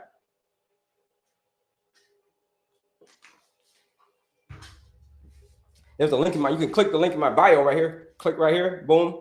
And then that's where you click right here and then click on my picture again. That's where you register for the, masterclass and the quiz and all of that stuff and the challenge and all of that. But that's it. Who's got questions on this? Questions on what you got to do. Good morning. What's up, Jay Money? Where's the link? It's linked in my it's linked right here. I'm gonna show you again right here. Check this out. Check this out. And then we're gonna get to your Q&A. Here's your questions. Right here. So you click right up here, and then you click on my picture again. And then you're gonna come, you gotta click on my picture again though, and then you're gonna come to this link. That's that link right there. There's where it all is. That's why I'm pointing you in the right direction. Boom. The quiz, the masterclass, 14-day challenge. Challenge is only for people, again, if you're not ready for serious change, don't click on the orange one. The orange, if you're not at that point where change is you're still putting your toe in the water. You're still putting your toe in the water and be like playing around with this thing. But some people are like, I don't want to put my toe in the water. I played around. I put my toe in the water for long enough. Now I'm ready to jump into the deep end. I'm ready to jump into the freaking, not even just the deep end. I'm ready to jump into the ocean. Freaking Jacques Cousteau it. You know what I'm saying? That's what they're ready to do. All right, let's see. What's the name of the app? I'm not sure. Is there a specific time to eat in a day? Yeah, during the daylight hours. That's the specific time. During the daylight hours, okay? That's the specific time. Nighttime hours are reserved for resting and digesting. The daytime hours are eating or recommended, or eating during the daytime. Yeah, the daytime hours. If you need help, start by clicking the link in my bio. So you start there. You take the quiz. Have you taken the quiz yet? If you need help, very first thing that you got to do is you're the hero of your own story. The very first thing that you got to do is you got to help yourself. How do you help yourself? Number one is by taking the quiz and find out where you fall on this scale. Have you been maintaining your pace, or have you been living like I was? Remember how those pictures I showed you, where you're living your life like a grasshopper? That's called living your life like a grasshopper. That means you're just hopping around and in life without a plan, especially when it comes to your health. You're just hopping around without a plan.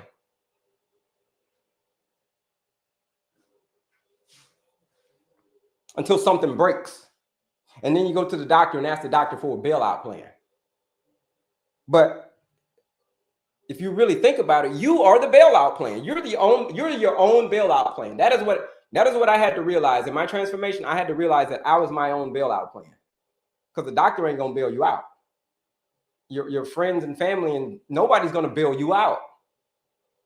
Nobody's bailing you out on this one. Only bailout plan this is the bailout plan right here. Maintaining your pace. If you thought that taking the blue pill, taking things like metformin and all that stuff, you thought that was gonna get you there. You thought you've been taking this medication for 5 years, and you're like, dang, it still ain't got me there yet. Oh, it still hasn't got me there yet. I've been taking this medication for all of these meds that I've been prescribed, and it still hasn't got me to where I want it to be. You hang out with me for 2 weeks. We're going to take the red pill for 2 weeks. And at the end of that 2 weeks, your blood sugar is not going to look the same. I promise you, it is not going to look the same. If you say you need help, if you say you're at that point, you got to have that. You got to be at that day. You may need help, but you may still not have had that day yet. It's the day where people are crying out for help. But I'm like, you got to help yourself first. You got to move. You got to move. You got to become the person. You got to become the person who can get what you want. If you want to get off your meds, if you want to get your life back, you got to become that person. Because if you were that person, you'd already have it. You'd already have it. If you were already that person, but you don't have it, so you're not that person yet. You got to become that person. You got to reinvent yourself. You got to change your lifestyle. This is the work. This is the work that people don't want to face. This is the hardest part. It's simple, but it's not. It's simple, but this is difficult as hell. because this changing your lifestyle is going to interrupt everything. It's going to be, you're just going to be because it gets you outside of your comfort zone. Changing your lifestyle means you got to get outside of your comfort zone. You like, I don't want to do that, Kelley. My blood sugar keeps dropping low. How can my mom's blood sugar keeps dropping low? How can I help her? Well, you can help her by what is she eating? What is she eating? Is she maintaining her pace? Right? Is she maintaining her pace? Is she eating a lot of foods that are as crap, as I call it, a lot of ultra processed and highly refined carbohydrates that shoots her blood sugar up real high, and then all of the insulin comes out and brings her blood sugar back down super, super low? We got to dig more into her maintaining her pace. We're going to dig into each of these areas. That's how we'd help your mom. Let's dig into these areas. But the thing is, though, she's got to want the help. She's got to want. Like I told you before, you can't prescribe your mom these medications. You can't do it. She's got to do it. She's got to be the one that wants that prescription.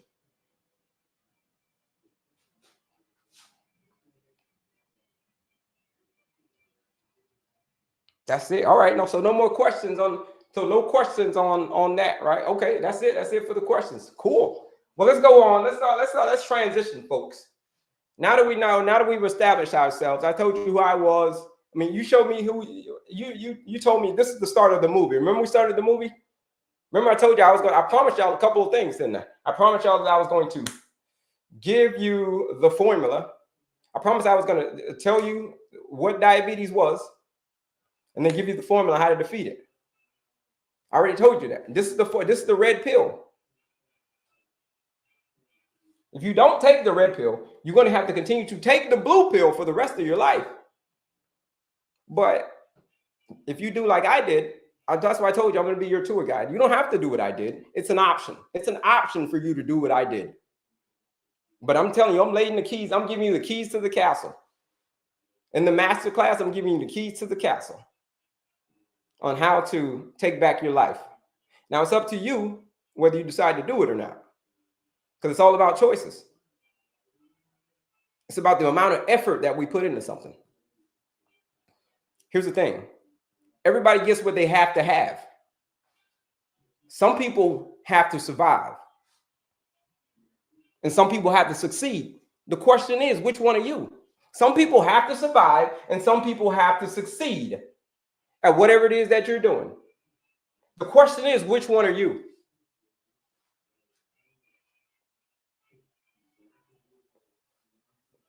See, Evelyn, that's it. I've told you nothing.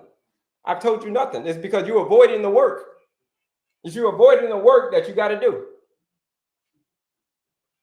Obviously, you just gotten here. Well, I broke down the whole formula.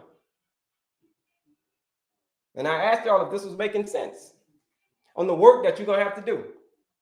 Everybody said yes. So you're a little bit late, Evelyn. Okay? A little bit late. Yes, he taught me great. Thank you. Cheryl said, yes, you taught me great. So Evelyn, come here talking that stuff. We love you, Evelyn. Shout out to you, Evelyn. But that's it. Let's move on to the next part. Next, we said we was going to talk about clean eating. We said we're going to transition over into clean eating.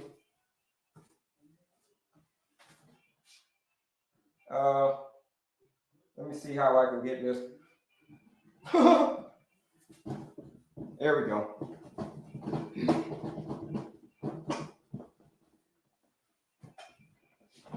Now let's transition over to clean eating. Do me a favor, folks. Tell me this. Who enjoys counting calories? We talk about clean eating. We talk about this is the work that you're going to have to do. Before we transition into the work, let's play a little game. And it's called the game of blood sugar Tetris. All right, before we transition into clean eating, we're going to play this game.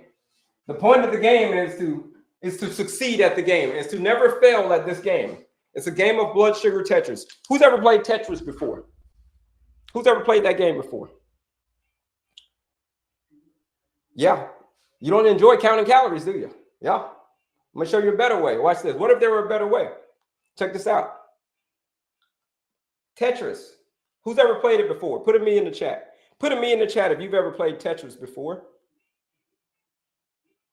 Put a me in the chat if you've ever played Tetris before. I have not. Okay, if you've not played Tetris, yeah, most people have played Tetris. But here's the point. The reason I like to show you this, I like to show you this just so here it is right over here.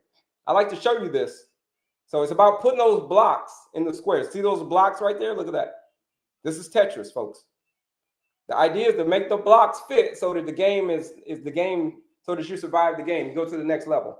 It's about putting those blocks right together. That's it. Tetris. Look at that. All the blocks. Tetris. You're actually playing a game of Tetris in real life. That's not just a game. That's real life. And here's what I mean. We're going to play a game of blood sugar Tetris. Because we're warming up to what we're going to be start eating now. Now we're going to like, what do we got to eat, Kelley? What do we got to eat? Let's dive into this thing. What do we got to eat? The F stands for, watch, these are the pieces. These are the pieces of the game. Get ready to start talking about eating. This is the pieces of the game. Look at this. Over here, we're going to put cards. All right, we got pieces to the game.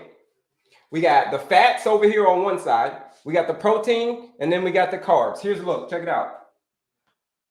Tetris, just like that. I'm drawing it just like they do on the game. Look, just like they do on the game.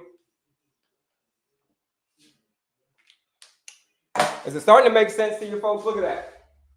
Is it starting to make sense to you now? Look at that. Starting to make sense to you. But we're going to play a game of Tetris with our food. How do we play Tetris with our food and with our blood sugar? Watch this. Here's how you can start to control your blood sugar, folks. Here's how you can balance out your blood sugar. It's by understanding how to play this game of Tetris.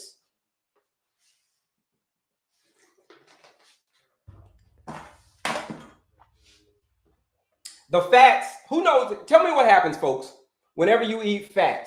Who knows what happens to their blood sugar? We're playing blood sugar Tetris.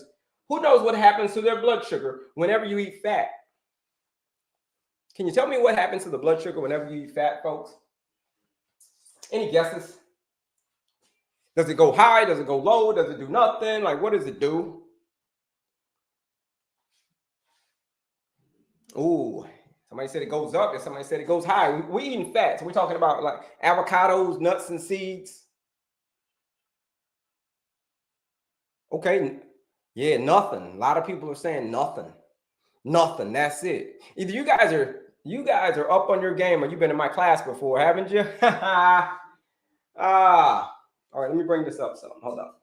Let me bring it so you can see. Check it out. When you eat fats, you're right.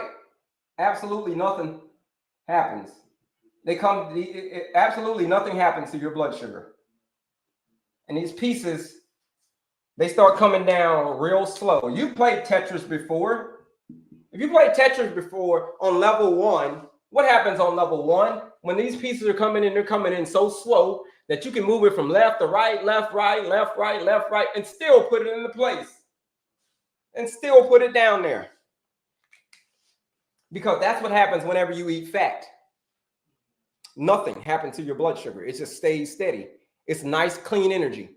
That's how your body uses it. Nothing happens to your blood sugar. It just stays the same. Avocados, nuts and seeds, olive oil, avocado oil, coconut oil, nothing happens. Just like in Tetris. Okay, what happens when you eat protein? Who knows what happens to your blood sugar when you eat protein? Can you tell me what happens? Can you tell me what happens? We're going to get the sweets. Don't worry. What happens whenever you eat protein? What happens to your blood sugar in this game of Tetris? What happens to your blood sugar whenever you eat protein? Who can tell me what happens? Ooh, stabilizes. Stabilization. Somebody said nothing. Nothing again. Okay, got another nothing. What happens to your blood sugar? Protein. Steak, chicken, eggs, salmon, tofu, tempeh, higher protein stuff. Nothing happens until you have something left over. Okay. Protein lipids don't affect the insulin. Okay. Yeah. That's it. Here's the thing about protein. It does affect you. It does. Your blood sugar does go up. It'll go up. It's like a slight bump, though. It's like a slight bump. It's not like anything that's significant. It's like if you live in California, the analogy I always give is if you watch the news later that night, you live in California, and then you turn on the news and they're like, oh, it was a earthquake today. You're like, I didn't know that it was an earthquake. Honey, did you know it was an earthquake today? You're like, I didn't even feel it. It was because it was so low on the Richter scale that you couldn't even feel it. And it's the same thing with the protein. Yeah, it does go up, but it's nothing significant. It's nothing like, it's so insignificant that it doesn't even really matter. Right? As far as your blood sugar is concerned. So protein, yeah, they're going to come down a little bit faster. Yeah, they're going to come down, the pieces are going to come down a little bit faster, but it's nothing that you can't handle. Right? It's nothing that you can't handle. So as a result, your blood sugar is still still in line. Insulin resistance is you start eating like more fats and more proteins. Check it out. That insulin resistance is going to start to come down. You're learning how to play the game better. You're learning how to defeat this game of blood sugar Tetris. Check it out and go to the next level. Okay, check it out. Who knows what happens in when you eat carbohydrates? Whenever you eat things like rice and pasta and bread and all that other stuff, potatoes, what happens to your blood sugar then, folks? Who can tell me what happens? Any guesses on what happens to your blood sugar? Oh, rises and spending too much. It goes up. Yeah, it goes up. It goes up. Your blood sugar rises. Yeah, it rises. Depend on what kind that you eat. Depend on which kind that you eat, or if you're eating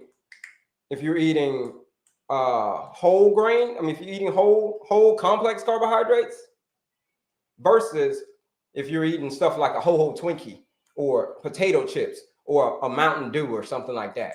There's a big difference in what happens to your blood sugar. It goes up for hours. Yeah.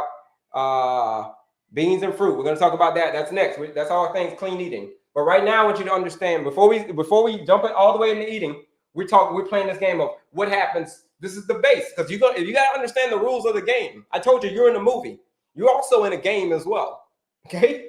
You're in a game and you're in the movie. Look, learn how to play the game better. So whenever you eat carbohydrates, this thing goes up, that people said. They spikes. This is some of the words that people use.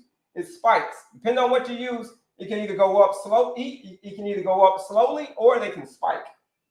Slowly or spike. They can go up slowly or they can spike. And these are the big pieces. The carbohydrates, the rices, the pastas, the lasagnas, the all the sweet drinks and all of that stuff. The cakes, the cookies, the ice cream. Like these are the carbohydrates, man. These are the big blocks. And then these blocks start coming in so quickly. Look, they start coming in quick. They start coming in fast. It gets to so fast. How quickly you're game over is dependent on how insulin sensitive you are. The game is to become more. The point of the game, to beat the game, you have to be very, very insulin sensitive. Not insulin resistant, but insulin sensitive. The more insulin sensitive you are, these blocks could come down, and you'll still be able to handle those blocks. But if you're insulin resistant, folks, if your A1C is at a 10, 11, a 12, 13, 14, 15, 16, 17, 18, 19, 20s, you're playing the game all wrong. You got to bring the insulin down. So therefore, whenever these carbs start coming in, you can handle them. But if the carbs start coming in too quick and you're insulin resistant, guess what's going to happen, folks? Guess what's going to happen? Guess what's going to happen? These things are going to come in so fast, these big blocks. And who's played Tetris? Who knows what happens when the blocks, when they pile all the way up in Tetris? What happens in Tetris when the blocks pile all the way to the top? These blocks of sugar, they pile all the way to the top. Check it out. These blocks of sugar, just like this. Look, these blocks of sugar, just like this. They pile all the way to the top. Look, these blocks. What happens in the game? Woo! Somebody said it. Game over. That's it. Look at these. This is sugar. This is 1 teaspoon of sugar. I mean, this is not one. This is 1 teaspoon. This is what your body wants to see at any given time. Is 1 teaspoon. But when we start drinking all of the drinks and Cokes and all that stuff, we've got 9 and 10 teaspoons of sugar flowing through at one time. Do you know how much insulin has to be released when you drink a Coke? And when you drink a Coke, and especially if you take it to the head, if you drink a Mountain Dew, do you know how much insulin has to be released? 4 times the amount. No, not 4. 10 times the amount, sorry. 10 times the amount. Because when your blood sugar is at 100, all you got is a teaspoon going through there. A Coke or a Mountain Dew has 10 teaspoons of sugar in it. 10 teaspoons. So if you drink that, you just drank 10 teaspoons of sugar. And then these carbs started coming down real fast, and they started piling up. And if you're insulin resistant, these things start to pile up too quick over time. Here's what happens. Here's what happens, folks. Here's what happens in the game.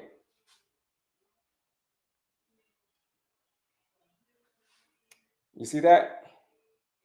Here's what happens in the game, folks. It's game over. I'm going to do what? It's game over. Look at that. In the game, game over. Game of Tetris, look at that. The blocks piled all the way to the top, didn't they? Look at that. They piled all the way to the top.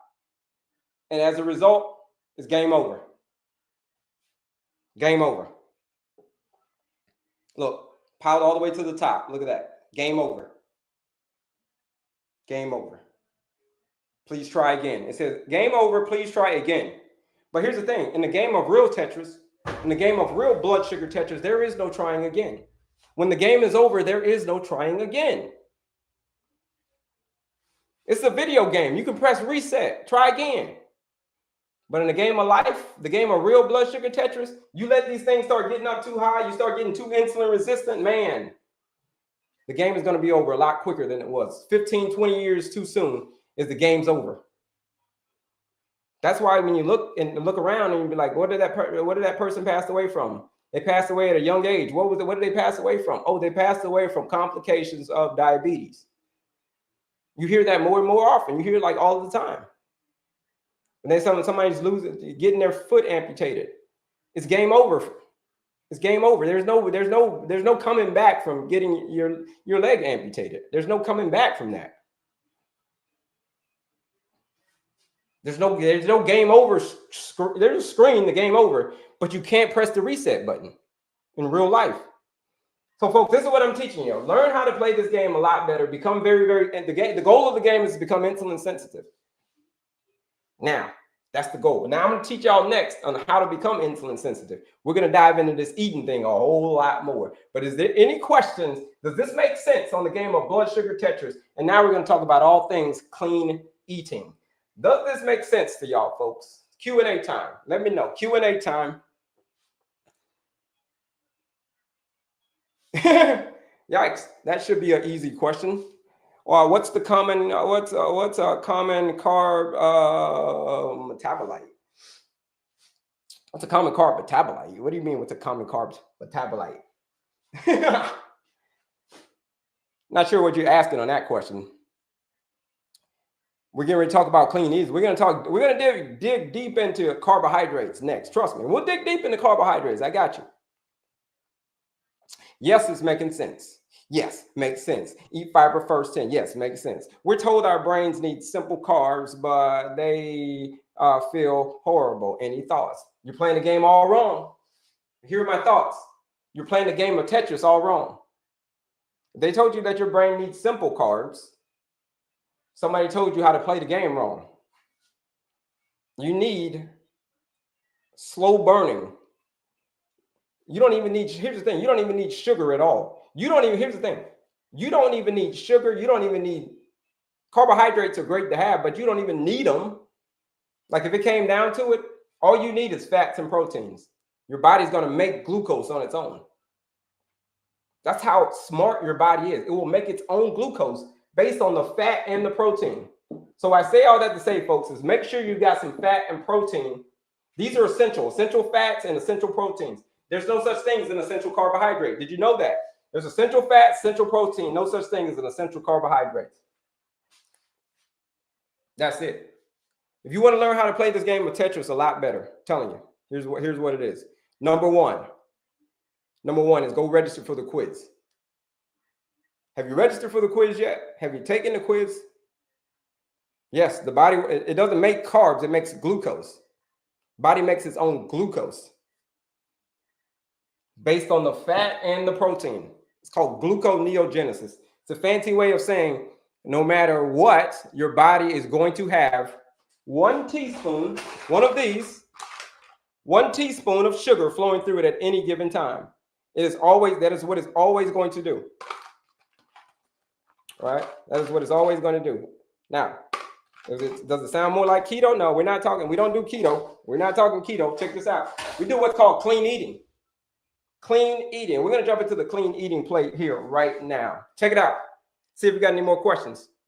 Give an example of the food with breakfast. That's it. Everything's clean eating right now. Where's the quiz? I'm going to show y'all where everything is. The quiz, the master class, and then next we're going to dive even more into clean eating.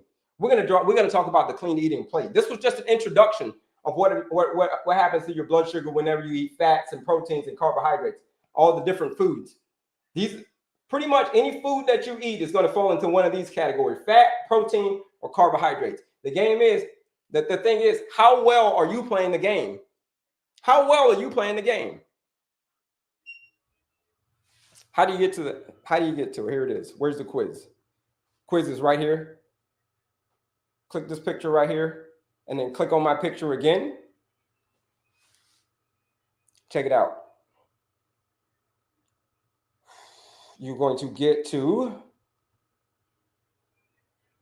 when you click on my picture, and then you click on my picture again, folks, you're going to come to the quiz right here. Check it out. There's a link right there. Boom. There's the link. Here's the quiz right here, very first one. That's me, folks. It's like Disney World for diabetics. If you're suffering from insulin resistance, folks, this link is like Disney World for you. Okay? I grew up in Orlando, so I know a thing or two about Disney. I auditioned to be Mickey as a kid. I didn't get the role though because I was a 1/4 inch too tall. But here's the quiz. It's a 1/4 inch too tall, folks. They don't like you being tall, intimidating the kids. They don't like that. They don't like Mickey to be tall. Even I was too tall, and I'm 5 foot 2 inches tall. Look, the master class right here. There's the master class, absolutely free, folks. Register for the master class, and then it's 45 minutes. I'm going to break down the lifestyle medicine formula: peaceful mind, active body, clean eating, effective sleep. These are the areas that you're going to have to do, folks. And then finally, right here. Now that was free, and then finally the 14-day blood sugar reset challenge. This is for my people who are ready to put the excuses to the side. They've got excuses, they're ready to put them to the side. They're ready to put those excuses to the side because they've had that day. They've had that day what day is that, Kelley? Well, it's called the day that turns their life around. That's the day that they've had. They've had the day where they're getting so disgusted and taking the red pill and living in the matrix for the last 25 years that they want to get outside of the matrix. This is the 14-day blood sugar reset challenge. What is it? 14 days, 42 meals, all designed by me. It is a blueprint. It is a blueprint to show you where I started from, and then where you're starting from, because this is your story. How I went from this to this. Now, I didn't do this in 2 weeks now. I didn't do this in 2 weeks. This is a transformation over a year. But what I did do in the first 2 weeks, because a lot of people don't know where to start. They were like, Kelley, I don't know where to start, man. I don't know where to start. Can you tell me where to start so I can start on my journey? So I want to do the lifestyle medicine, man. I want to get on my journey. Where do I start? Well, you start with the 14-day blood sugar reset challenge. You start with the quiz first, and then the master class, and then for my action takers, for people like, I'm ready for none. I'm ready for action right now. You're ready for action right now. It is the 14-day blood sugar reset challenge, right? Everything is free on my page, except for the challenge. The quiz is free. The masterclass is free. All you got to pay is attention. The challenge is $99. Join the 14-day blood sugar reset challenge. But while I'm live, there is a live discount code. There's a live discount code. And that live discount code is reset20. Reset20. You press reset20. You join the 14-day blood sugar reset challenge, which so many people have done. It's a blueprint. So many people have done and gotten amazing results. People come on all the time and share their results on the 14-day blood sugar reset challenge. If you've gotten to that point where you're just like, I can't look at these blue pills anymore. I can't look at them anymore. I'm disgusted with these things. If you've gotten to that point, if that's you, and you want to get your life back, and you want to start making a plan to start living to 100, this is step one right here. Joining the challenge. Joining the challenge is step one. 14 days. Are you gonna be diabetic free in 14 days? No. You're gonna be diabetic free in 14 days, but you're gonna put such a big dent in your blood sugar that it's not even funny. Okay? Like Lisa, for instance. Lisa, she just sent an email the other day and how excited she is that her numbers are still going down. At the start of the challenge, she was at a 360. Now I know she's below 100. She's got to be below 100 now. 360 to now she's below 100. This is after doing the 14-day blood sugar reset challenge. That's why it's called the reset challenge, because we're going to take your blood sugar and I'm going to show you how to, when we reset this game, we reset the game. We want to get to the game before it's over. We want to reset the game. That's why it's called the reset challenge, because we're going to reset your blood sugar. That's it. Use the and then we're going to go talk about clean eating. So use the discount code reset20. I did the quiz, but I don't get a response. Yeah, you got a response. It's right there. It's right there. As soon as you took the quiz, boom. Take it again. It'll give you the instant results. You might have clicked off it or something, but it might send you. I think it sends you an email. But anyway, no. Take it again, and then if you don't see it, it's right there. It's literally the results are right there. My blood sugar was high. I don't know why. Well, that's you gotta get somewhere. What do you mean it was high? When was it high? Why is it high? It was just high one day. Are you suffering from insulin resistance? Like was this when you woke up? I mean, it was. I don't know. I don't know. All right, let me bring this up. Clean eating, folks. What we're gonna talk about right now. Now that we played a game of blood sugar Tetris, now that you understand what it is, now that you understand why it's so important to master this game of blood sugar Tetris,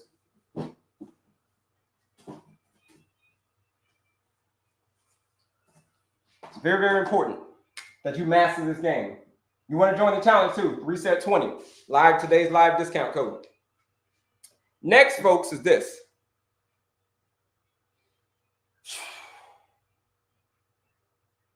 Here's the thing, clean eating. Answer me this question, folks. Riddle me this. Riddle me this. Like I said, who loves counting calories? Who hates counting calories? You hate counting calories, put a me in the chat. Put a me in the chat if you hate this. Like, man, I hate counting calories.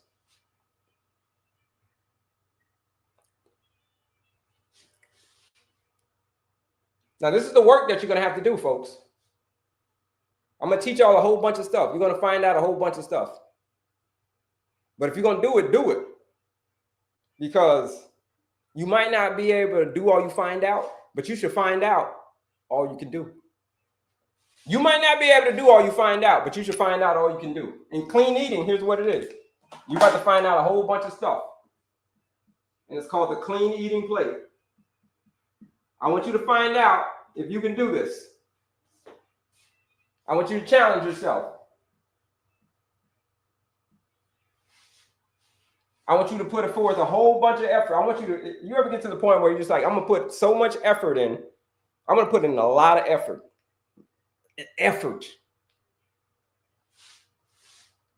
Clean eating, you're going to have to put in some effort too. You ain't counting calories, but you're going to have to put in some effort. You're going to have to be strategic.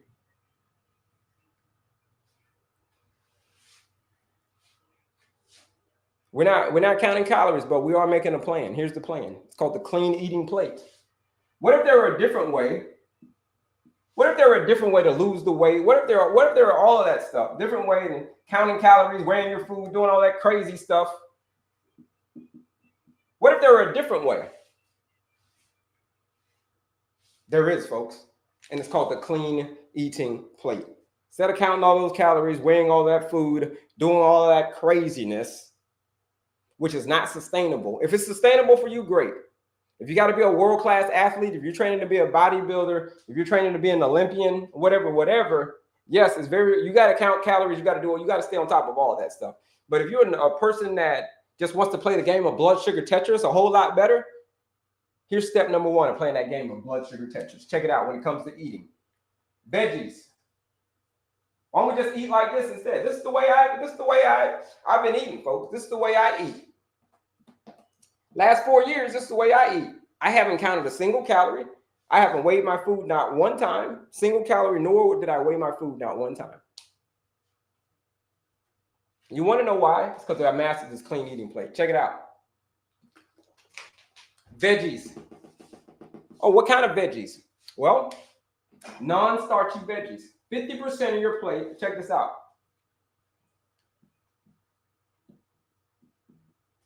Some people ask, am I advocating for keto? No, I'm not advocating for keto. Check this out.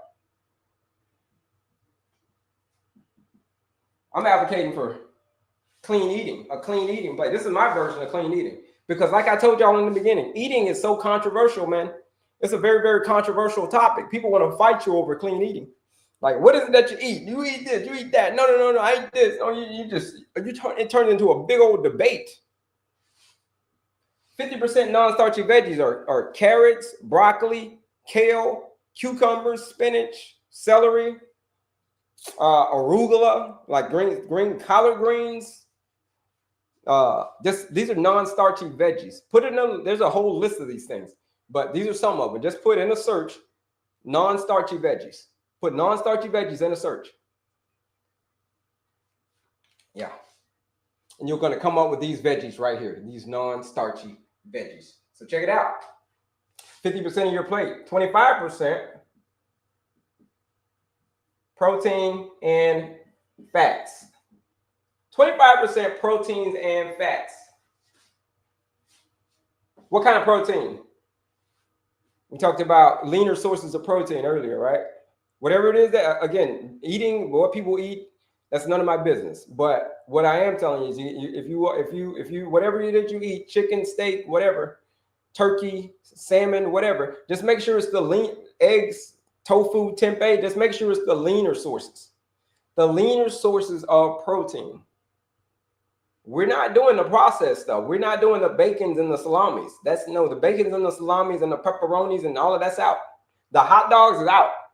The competing with Joey Chestnut in the World Championship eating contest in the 4th of July is out. We're not, if you don't know who Joey Chestnut is, he's a world hot dog eating, champion. Don't be like Joey Chestnut. Don't compete against him because you're not going to win, first and foremost. But don't eat the processed meats. Oh, and then for my Louisiana folks, boudin. Boudin and crawfish are not clean eating, folks. Boudin and crawfish do not go in the clean eating category. That's going to go in the crap category.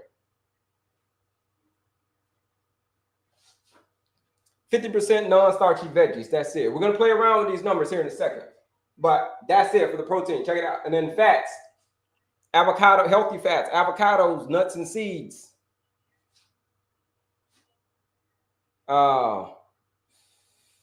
Only the 3 oils that are approved. The only 3 oils that are approved are avocado oil, coconut oil, olive oil. Avocado, coconut, olive. That's it. If it's not avocado, if it's not coconut, if it's not olive, man, throw it out. If it's not any of those 3 oils, throw it out.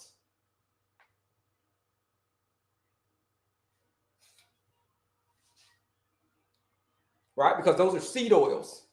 Those are called seed oils. All right? Okay, we got some folks over here. Yeah, to become that person. There you go. There you go, Lawanda. There it is. Ghee. You can. I don't recommend dairy because, again, if you do dairy, I don't recommend it. But if you, but I know people are going to eat it anyway. Okay. But if you want to do ghee, you want to do butter, great. You want to do things like cottage cheese and all that stuff. It's not great for your overall health, But as far as blood sugar is concerned, cheese and all that dairy, as far as blood sugar is concerned, it's not really going to raise your blood sugar. But as far as overall health, dairy is going to go in the crap category. Okay. But the fats, avocados, nuts and seeds, the 3 oils, avocado, coconut, all of that. Those are 3 oils. Carbs, I'm going to put fruit over here as well.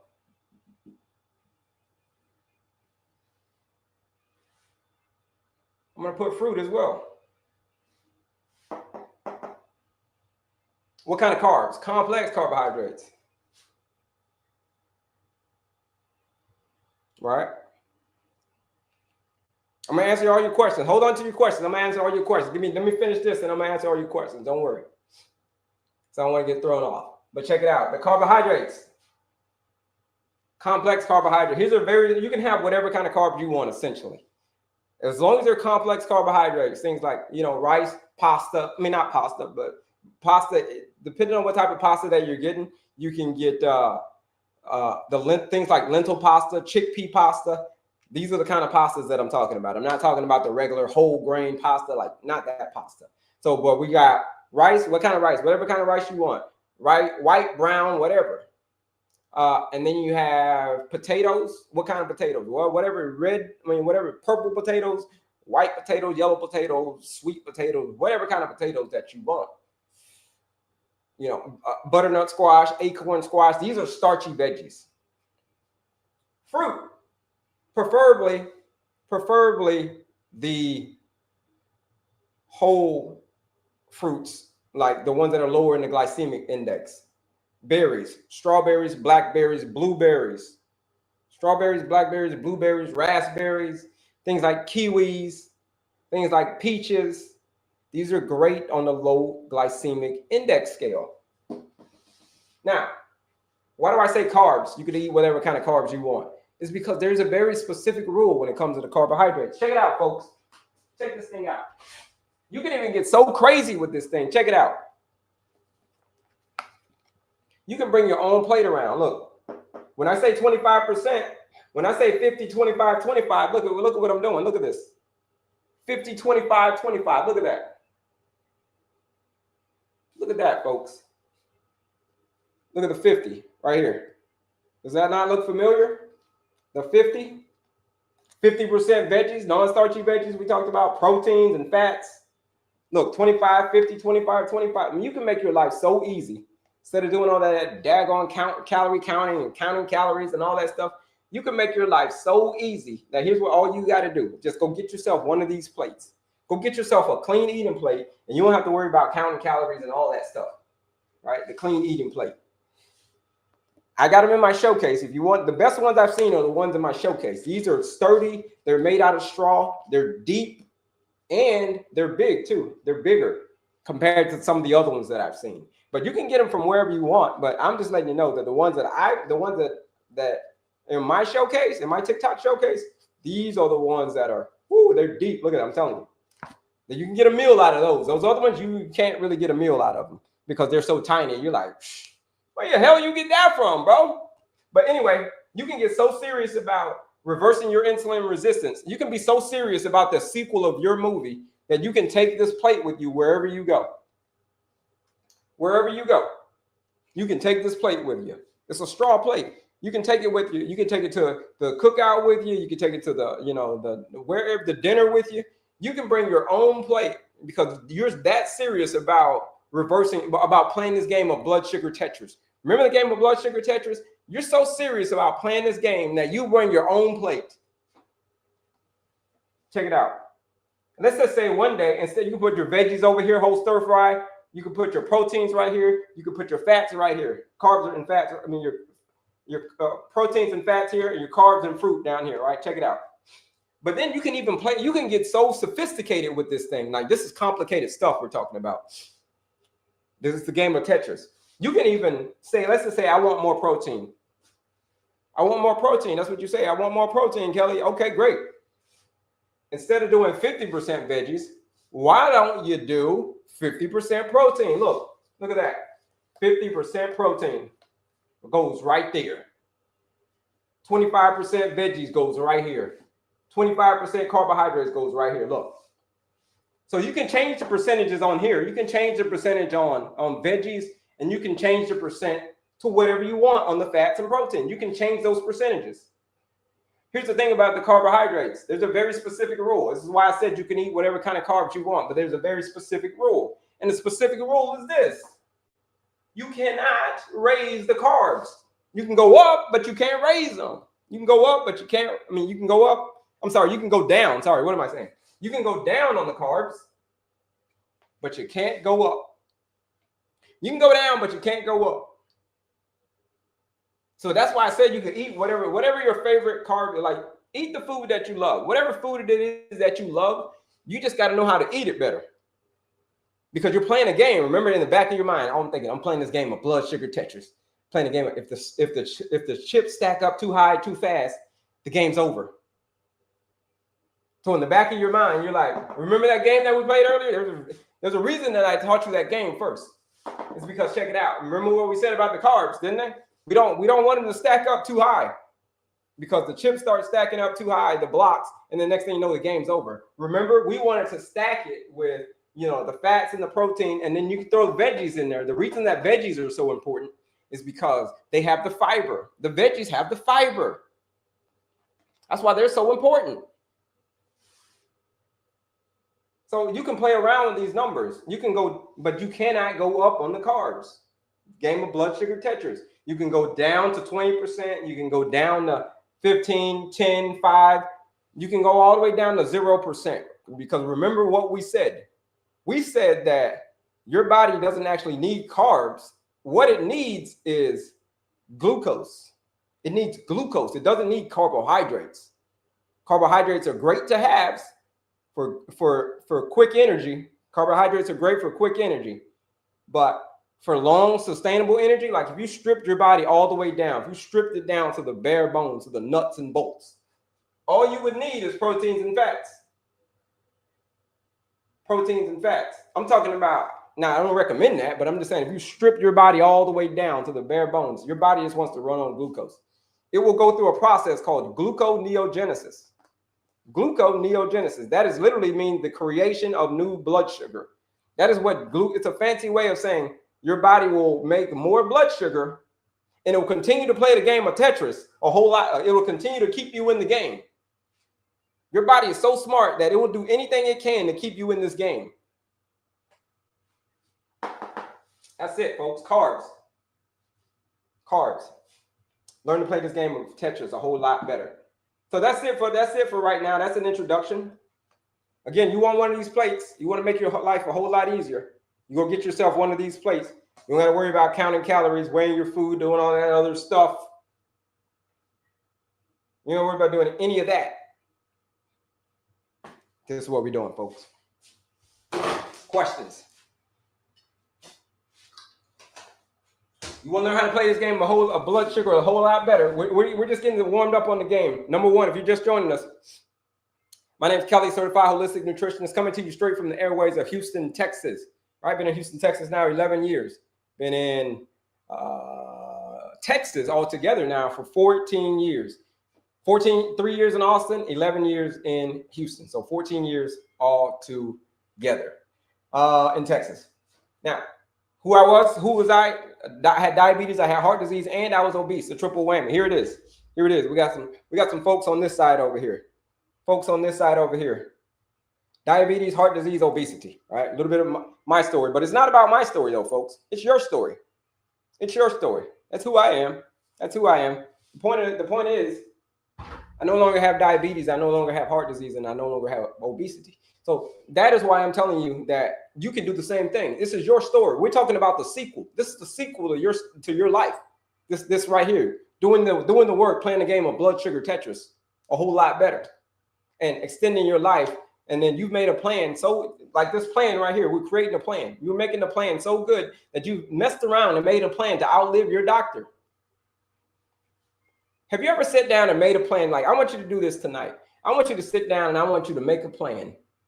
I want you to make a plan so good that I'm telling you, You have made a plan to outlive your doctor.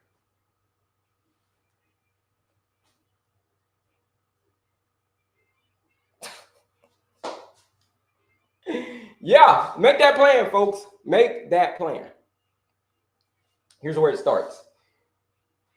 Taking the quiz, taking the masterclass, and for my people who are ready for serious change, the 14-day blood sugar reset challenge. And then I'm gonna get you your questions right here. Here's where the quiz is. Quiz masterclass. Do me a favor, folks, and bebop that screen. So bebop that screen. Share this live out with anybody that you know that is struggling with this condition, right? Insulin resistance, all of that stuff, right? Here it is right here. Here's the masterclass. Here's the quiz. Here's all that stuff right here. So my folks over here. Here's the quiz. Go take the quiz. It is a 2-minute quiz that you can take to understand and learn your diabetes management style. Have you been doing a great job managing this thing? Have you been doing a great job in this clean eating plate? Or have you been, slacking a little bit? You know what I mean? That quiz is going to either reveal you or it's going to expose you. That's why most people won't take it, because it's going to either reveal you or expose you. It's called the ant and the grasshopper. Are you on team ant or are you on team grasshopper, right? That's what the quiz is going to tell you, your diabetes management style. And then what's right here? This is the masterclass. It is a masterclass, folks. It is a free masterclass that I put on, and I'm giving it to you for absolutely free. All you got to go do is pay attention. You just go pay attention. Like, if this is your life story, this is the story, your story. Just go pay attention. That's it. That's it. That's all you got to pay is attention. That's the masterclass, the blue one. And then if you don't even want to watch the masterclass, you don't even want to hear my voice anymore, you can press that one right there and you can download it. You can download it. It's called Unlock Your Diabetes Freedom. And finally, for my action takers, for my people who have gotten to the point where change isn't just desire, where straight up necessary, they need help with this. They're like, Kelley, I need help with this, man. You're giving us a lot of information on here, but I need a blueprint. I need a blueprint. You can get the plate from my showcase. You get the plate. I'll show you where that is too. The blueprint. I told you this is my link. It's like Disney World for a diabetic on my page, folks. What others are saying, 14-day blood sugar reset challenge. What is it? 14 days, 42 meals, all designed by me, right? It is a blueprint. Now, everything is free on the page except for the challenge. The challenge is the only thing that I have to charge you for. It's because it's an investment in your health. It's $99 to join that 14-day challenge. But here's the thing. While I'm live, the live discount code is RESET20. RESET20. You join the 14-day challenge it's going to knock $20 off the price. So it'll be $79 to join the 14-day blood sugar reset challenge. But again, that is not for everybody. The challenge is not for everybody. The challenge is for people who are serious about change. The challenge is for people who they say, I don't wish it was easier. I just wish that I was better. That's what they look in the mirror and say, I don't wish that it was easier. I wish that I was better. That's what they go look in the mirror and say. And then when they say that I wish that I was better, they go and accept the challenge. They're like, my movie, I deserve a better movie than this. I deserve a better sequel than this. So they go rewrite it. And here's how they rewrite it. They rewrite it starting with the 14-day blood sugar reset challenge. A lot of people have rewritten their script in just 14 days. 14 days, your blood sugar is going to look night and day different than what it does right now. I guarantee you. If you follow the blueprint, just like everybody else said, just like all the other 200 people have done, you follow that blueprint, boom, you're in there. You're joining the club, okay? You accepted the challenge. But again, you don't have to accept the challenge. It's totally up to you. There's the quiz, there's the masterclass. You can book a call. You can book a free call. All types of stuff you can do on my page. It's just like Disney World, folks, for a diabetic. But for my serious people, ones who are in serious change, RESET20. Oh yeah. Somebody asked where you get the plates. You get the plates from the same place, and then I'm gonna get to your questions. Then the question time, folks. Q&A. Right here. Here's where you get to it. Same place, and then my TikTok showcase right there. I think that's the showcase. Yeah, the showcase right there. Boom. There are the plates. Plates are right there on my showcase. Boom. Go get you some of those plates, folks. If you, like I said, do something. Take some kind of action. Take some kind of action, folks. It could be go getting a plate. It could be registering for the master class. It could be accepting the challenge. It could be anything. It could be downloading the PDF. It could be taking a quiz. The point is just go do something. That's why I built that link, for it to be Disney World for diabetics, because I was a diabetic. I had heart disease and I was obese. So I know what it feels like. So that is why I'm the perfect guy to be your tour guide. So that is the plan, folks. That's the plan. The action, that's you. I'm calling you to action. Like, yo, I got the plan. Now what's the action? Here's the action you're going to have to do. Starting with peaceful mind, active body, clean eating, and effective sleep. Now, we're just scratching the surface on this clean eating. Let's get to these questions. There we go. Let's see. Salad, skinless chicken wings, and let's see, 1 slice of pizza. I don't know what that ain't a good one, Tim. It's not a good one. Are apples good to eat for fiber? Yeah, apples do. With the skin on them, yeah, they are. With the skin, they absolutely are. Absolutely. Not really wings, chicken, meat, and with hot sauce. No, Tim. No, Tim. Is that every meal? Most of the time, John. It doesn't have to be every meal. It's about what you do most of the time. It's what you do most of the time that matters the most. That's what it matters the most. What you do most of the time matters the most. Right? So if you're clean eating most of the time,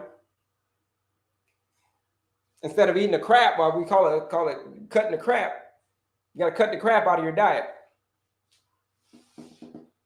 So it doesn't have to, it's about what you, 80 to 90% of the time. You're eating like this 80 to 90% of the time. Again, playing around with the board, all different types of stuff, right? Changing the percentages of the numbers. Remember the rule? Can't go up on the cards, you can go down. Remember that rule? Yeah. Is grapeseed oil okay? If it's not any of these 3 oils, if it's not avocado oil, if it's not coconut oil, if it's not olive oil. So olive oil, coconut oil, avocado oil. If it's not any of those 3 oils, throw it out. All right. You get the plate from my showcase. Does it help to lose weight also? Heck yeah, it loses weight. Losing weight does help. It depends. Depends on, do you have a lot of weight to lose? Yeah. But if you're already slim and you're losing weight, then that's a problem. But if you've got a lot of extra energy already, if you're overweight, if you're obese like I was, heck yeah. Heck yeah. They're nice. I just received mine. There it is. Judy just got her plate. Look at that. Judy just got her a plate. They're nice. Yeah, they're nice, ain't they, Judy? They're real nice. She just got herself a plate. They just came in. Does drinking 0 sugar drinks hurt your blood sugar levels? It doesn't hurt your blood sugar levels, but overall it hurts your insulin. You don't, because there's 0 sugars, right? That goes in the crap category. We got the clean eating and then the crap category. And the crap category is those artificial sugars, those fake sugars, artificial sugars, 0 sugars. Now, it doesn't raise your blood sugar. Your blood sugar is not going to raise, but it will raise your insulin levels and it will destroy your gut because it's artificial. Your cells are real. You see that? You pinch yourself. That's real. That's real. You ever say somebody says like, hey, pinch me. I want to see if it's real. Well, that's why they pinch you, to see if it's real. Right? So when you put fake, artificial 0 sugars and all that stuff into your body, you think that you're tricking your body. Your body is not. Your cells know real sugar from fake sugar. So no, fake sugar is also bad. That's not, stay away from the fake sugar, folks.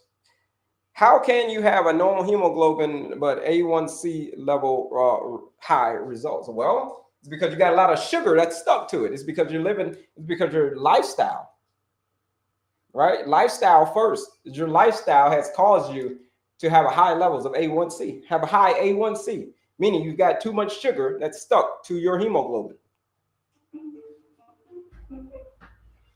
Over the past 3 months, how much sugar has been stuck to it? Right? You missed that earlier. So we talked about hemoglobin A1C earlier. We did a whole thing. We talked about that for a good little while. So you missed that part, but go back and watch the replay. You go back and watch the replay. We're going to talk more about hemoglobin A1C. All right, we got the replay over here. Right. Let's see. Does drinking bought your plates? They are really nice. Yeah, those plates are nice, man. Terry bought them too. Terry bought the plates too. They're super nice, right? Super nice. What does, and then you master this game, right? You master this game of blood sugar Tetris. When you got the plate, I'm telling you, whoo, what does breakfast look like? Here's what breakfast looks like. Thank you for asking that. Breakfast looks like this. I know we were just building the board. I knew someone was going to ask. That's why I waited to build it. 1, 2, 3. Here's what breakfast looks like, folks. 1, a 2, a 3. Breakfast looks like non-starchy veggies, a fat, non-starchy veggies, a fat, and a protein. Veggies, fat, and a protein. Protein, veggies, fat. However you want to say it. Protein, veggies, fat, veggies, protein, veggies, fat, blah, blah, blah. Whatever you want to say, folks. We're eliminating section 3. There's no carbs for breakfast. We're getting rid of the oatmeals and all that stuff for breakfast. And the Raisin Bran, somebody asked about, is Raisin Bran good for breakfast or a snack? We're getting rid of the Raisin Bran. The Raisin Bran is not good, period. Whether it's for breakfast or a snack, it's not good, period. Okay? But definitely do not have Raisin Bran for breakfast. Never have Raisin Bran. Let me just say, never have Raisin Bran, period. Here's why. Because that's all junk. Raisin Bran. But breakfast is, it could be, an example of a breakfast is, I said a protein, a fat, and a veggie. An example of a breakfast could be chicken and broccoli and avocado. Chicken, protein, broccoli, non-starchy veggies, avocado, fat. Or it could be tofu, a tofu scramble, tofu protein. Then you can scramble it up with, you can do some spinach, put you some spinach in there, and then, or maybe some bell peppers, and then you can have maybe some chia seeds, or you can have an avocado, or you can have, some healthy fat. You can have a almond butter, single ingredient almond butter, peanut butter. All right. So that's breakfast, section 1 and 2. Section 3, we're eliminating section 3. I know people are still going to ask, well, what about cream of wheat? What about all of this? The simplest way to say it is we're eliminating section 3 for breakfast. No carbs or fruit for breakfast, okay? We're going to have what's called a savory breakfast, all right? Not a sweet breakfast, okay? It's called savory. So anything that's sweet is going to be in section 3, which we're not having. Savory, sections 1 and 2. That's it for breakfast. The reason you want to do that is because that's going to streamline your day like this. It's going to streamline your day, like instead of you going on those high highs, your blood sugar going real high, it's going to streamline your day like this. It's going to give you it's going to take off real slow. And then it's going to get the cruising altitude. And then when it gets to cruising altitude, it's going to just go. That's going to be you throughout the day. We're having so much energy. When it gets to cruising altitude, you're going to be like, I got so much energy. I feel good. I got no inflammation. That's called a savory breakfast, folks. When you eat a sweet breakfast, you're not going on a nice, smooth airplane ride. You're going on a roller coaster. You're going on a glucose roller coaster when you eat sweets first thing in the morning. So don't do that. What does the program help lose weight? It's not about the weight loss. It's not about weight loss, but I will say this. My 14-day challenge, I'll say this. It does. If we fix the blood sugar, we fix everything. There's people who have lost weight during the challenge. 15 pounds during the challenge. Yeah.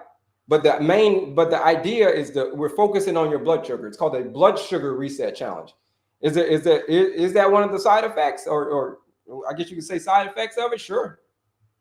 There's people who have lost a lot of weight in just 15 days. 14 days, sorry, 15 pounds, a pound a day, basically. Pound a day. But again, I don't want, if you join the challenge is not it's not for people who are, it is going to help with that, but it's not for that. Right? I just want to be clear on that. It's for people who are suffering from high blood sugar. People who have their blood sugars all out of whack is just they haven't been able to get a control of their blood sugar for many, many, many years. And as a result, they're suffering for it. That is who the challenge is for. So if you want to come in, I want to lose a few pounds here and there. I want to lose. The challenge is not going to be right for you. The challenge is only right for people who've gotten to the point where their blood sugar is so out of control. They've had the point where they're taking these meds for the rest of it's just so overwhelming that they don't want to do that anymore.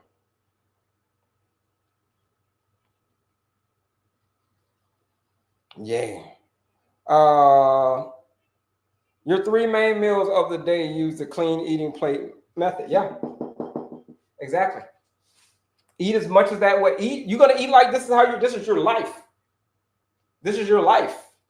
We're playing. Remember the game of Tetris we talked about earlier? We said that we were playing a game of blood sugar Tetris. If you're just joining us, I'm teaching y'all how to play the game of blood sugar Tetris. Inside of the game, though, you got to know how to clean eating, because it's based on carbohydrates, based on fats, based on protein. Your blood sugar is going to do something. So if you're just joining us, check out the replay, blood sugar Tetris, and when I break down what it means, how to play this game a whole lot better. What do you recommend drinking besides water? Well, water is going to be your best option. Water is going to be your best option. And then if you do smoothies, people do smoothies. Here's what you got to do in your smoothies. You got to dress your smoothies. You got to dress your smoothies like this. Look, with a protein, you can throw some veggies in there. You can throw some fiber in there, and then you throw some fats and protein. It's called clothing. So never just wake up and have a fruit smoothie. Just a whole bunch of fruit smoothie, bananas, strawberries, grapes, and all that stuff. Never have a fruit smoothie like that in the morning. If you do that, pair it with a healthy fat and a protein. It's called putting clothing on your carbs. It's called putting clothing on your fruit. So you can have a smoothie like that. All right. But water is going to be your best thing. Infused water. You can do an infused water. If you've never had infused water, amazing. You ever go to the hotel and they have the nice cool water as soon as you walk into the hotel? That's the infused water. The infused water, sometimes they infuse it with a lemon. Not a lemon, sorry. Orange and cucumber is my favorite water. Orange, cucumber, and mint. You infuse orange, cucumber, and mint in my water and you drink it, great. Woo! You can have some carbonated water. Some carbonated waters are fine. You can have some bubblies. All right? These things are not ideal, but they are better than the other options. They're better than going to have a Coke, or they're better than going to have a Mountain Dew. Things like Olipop, or things like an Olipop, or things like a Poppy is a way better option than a Mountain Dew or ginger ale. Okay? Way better options. So just water to drink? I just broke that one down, Jodeci, but I think I answered that one. Wow. Yeah. Oreos. Oreos going to go in the crap category. There's 2 categories, folks. There's the clean eating category plate, and then there's a crap category. I can teach y'all how to cut the crap.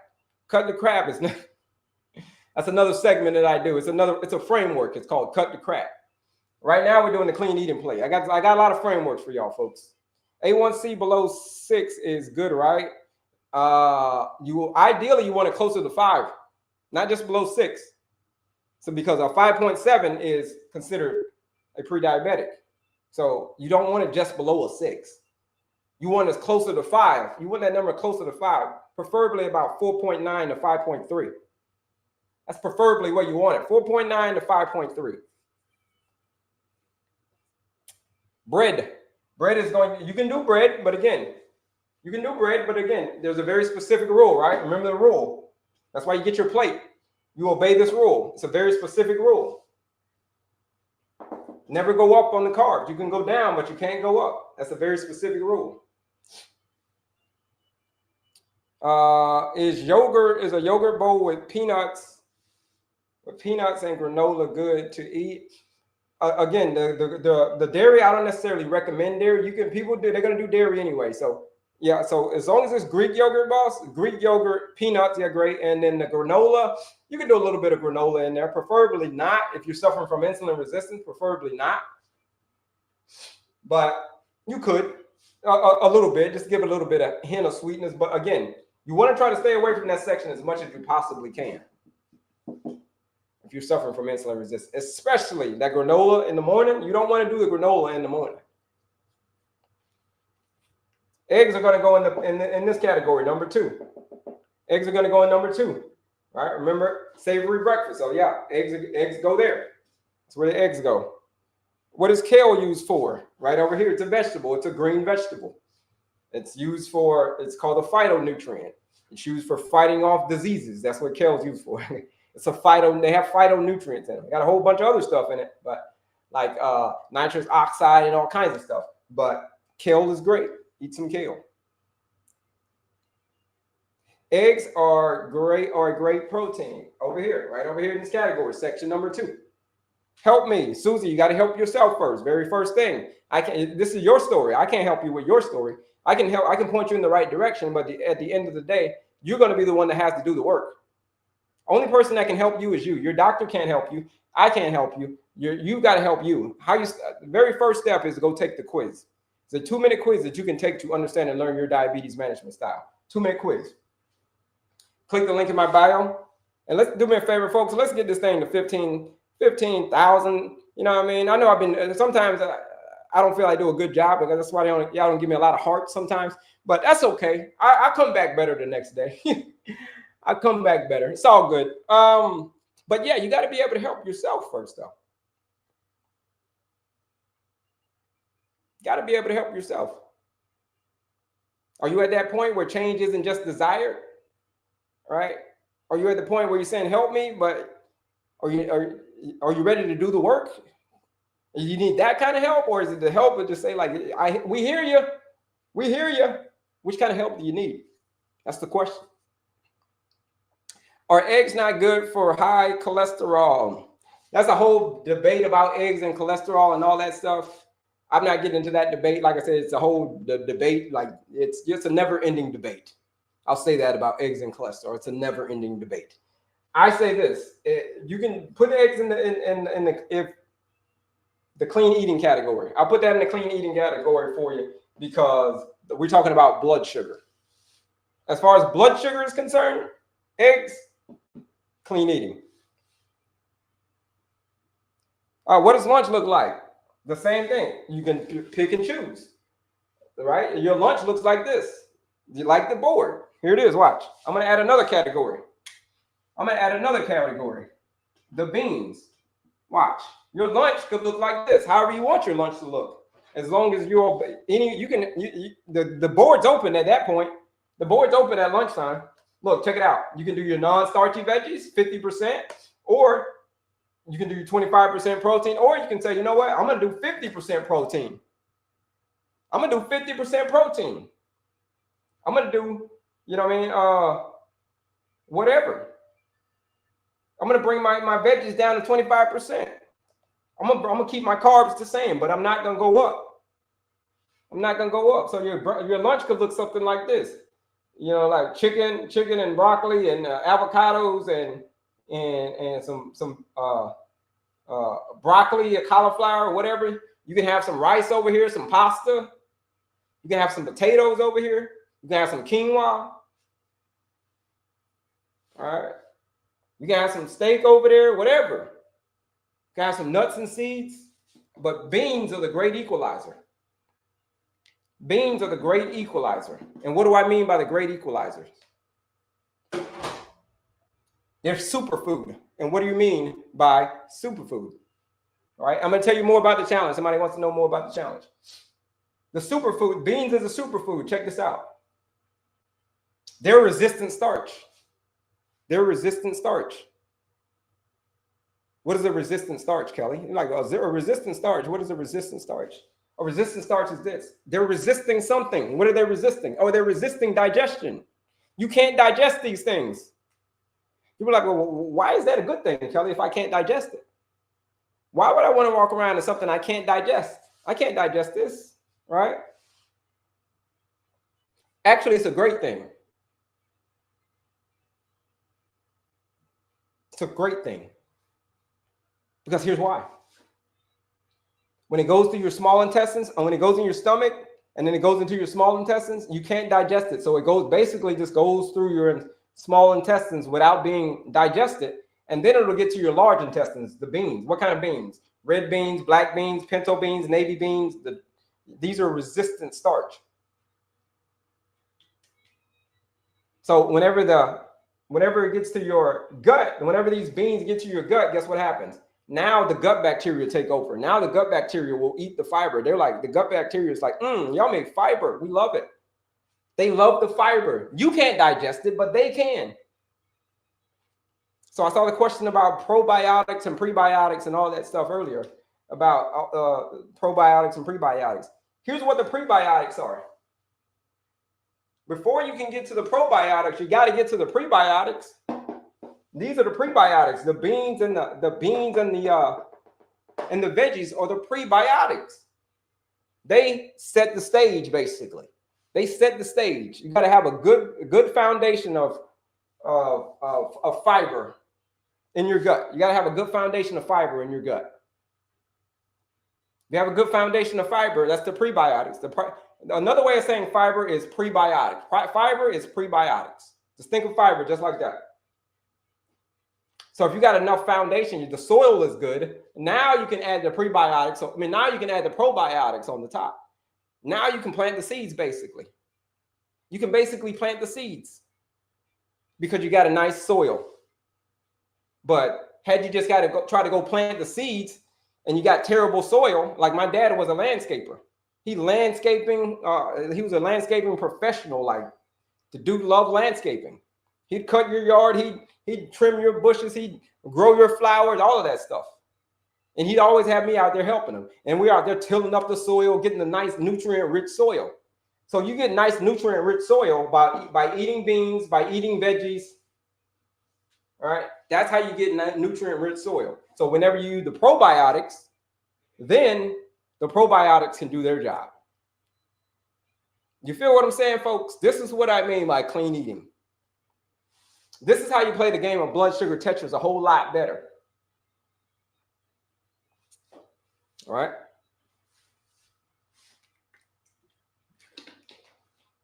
So you can eat the beans wherever. You can eat the beans. Here's the only rule. Never eat beans and rice together. You can eat beans with all of these others. You can eat beans with the starchy, the non-starchy veggies. You can eat beans with the fats and proteins. But you cannot eat beans and rice together. You cannot eat beans and potatoes. If you're suffering from insulin resistance, you cannot do that. That is another thing that you cannot do. You cannot go up on the carbs, and you cannot eat beans and rice and beans and potatoes and beans and pasta together.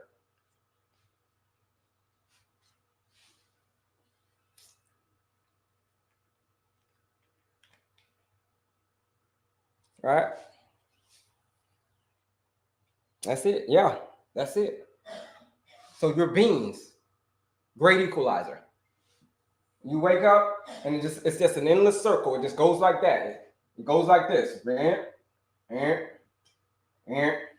just keeps going. This is the plate. This is the plate. Just keeps spinning around and around and around and around. You just got to learn how to master the plate. You master the plate, you're in there. All right, questions. No, somebody asked about the 14-day blood sugar reset challenge. How do you join the challenge? Someone asked. Here's how you join the challenge right here. It's for my people who are serious about change. You click right up here. Ooh, you click right up here. Check this out. And then you click on my picture again. And then check it out. Right here. Oh, wrong one. You got to click twice. Click right up here. Click on my picture again. And then here's more about, they want to know more about the challenge. There's where it is. It's linked in my bio. What's the challenge? The challenge is all 14 days, 42 meals, all designed by me. I'm going to be your captain. You ever watch that movie with Captain Phillips? Captain Phillips. This guy is I'm going to be your captain. I'm going to show you how I started to do this. Now, you're not going to do this in 2 weeks. You're not doing this in 2 weeks. This is a total transformation. That's from the beginning of the year to the end of the year, how I did that. But where I started from, the very first steps that I took, that is what I'm taking you on the 14-day blood sugar reset challenge. It's a journey. It's a journey. So I'm teaching you how to fall in love with the journey. The 14 days is a blueprint. It is a script that everybody that goes through that comes and work with me, all of my clients, they go through that first part of the script. It's scripted out. This is not scripted out. This is real life. So the challenge is not going to look like this. The challenge is very, very streamlined. It's very, very focused. It's basically like a boot camp we're putting your blood sugar through. And by the end of those 14 days, your blood sugar is going to look just like everybody else does. And that's close, if not the normal range, then close to the normal range. We're talking about your fasting blood sugar, back to the normal range or close to the normal range. If you follow the blueprint, 14 days, 42 meals.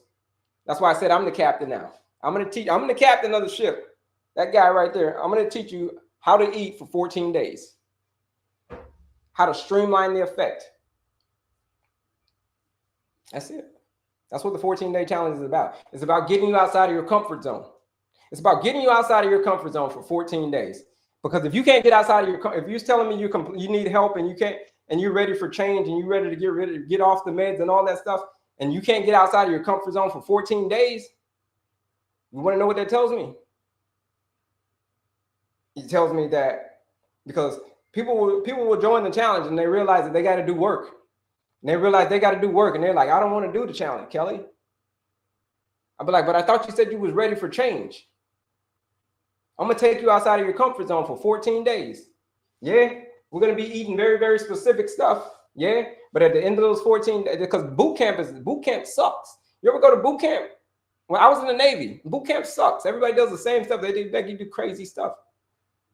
You hang out with me for 14 days, I'm going to put you through a boot camp. Your blood sugar, though. But at the end of it, your blood sugar is going to look a whole lot different. So that's what the 14-day blood sugar reset challenge is about. It's $99 to join the challenge. The quiz is free. The masterclass is free. The only thing I had to charge you for is the challenge. Why? It's because there's serious people in there getting serious results. Serious people getting serious results. Use that discount code RESET20. You're joining the challenge for $79. The live discount code while I'm live is RESET20. You use RESET20, you'll see the price slash down to $79, and you join the 14-day blood sugar reset challenge, where I will be your personal tour guide throughout that process. So that is what the challenge is all about, folks. Do you have to accept the challenge? No, you don't have to. You can tell me to kick rock. You can tell me, Kelley, you can say, Kelley, I'm okay with the meds. I'm okay with where I'm going. I'm okay with taking the metformin. I'm okay with taking the glipizide. I'm okay with having to take insulin every day, fast-acting insulin and all that stuff. I'm okay with that, Kelley. And because a lot of people are okay with it. And if you're okay with it, then I'm not going to be your tour guide. But because you're okay. But if you're not okay, come hang out with me for 14 days.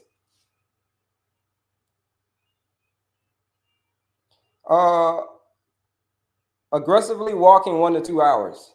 That's good, yeah.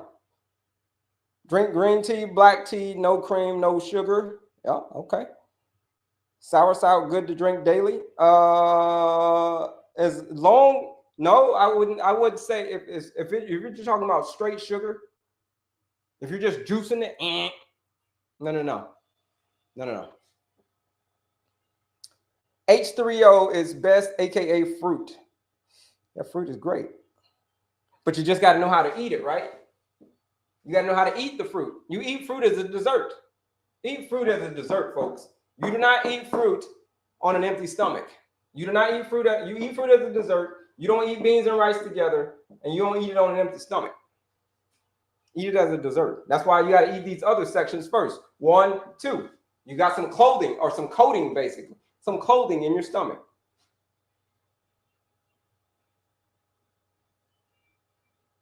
Right. Let's see. Aggressively walking. How do you calculate 25% of your plate? You go get your plate. If you go get your plate, you'll see how you can calculate it. Like this. It's already calculated for you. Right here. 25%. right? Check it out. 25%. That's how you do it. That's how you calculate it. It's kale acidic. No, it's not. No, kale is not. Kale is great. Instead of sugar, what can be used for a sweetener? Good question.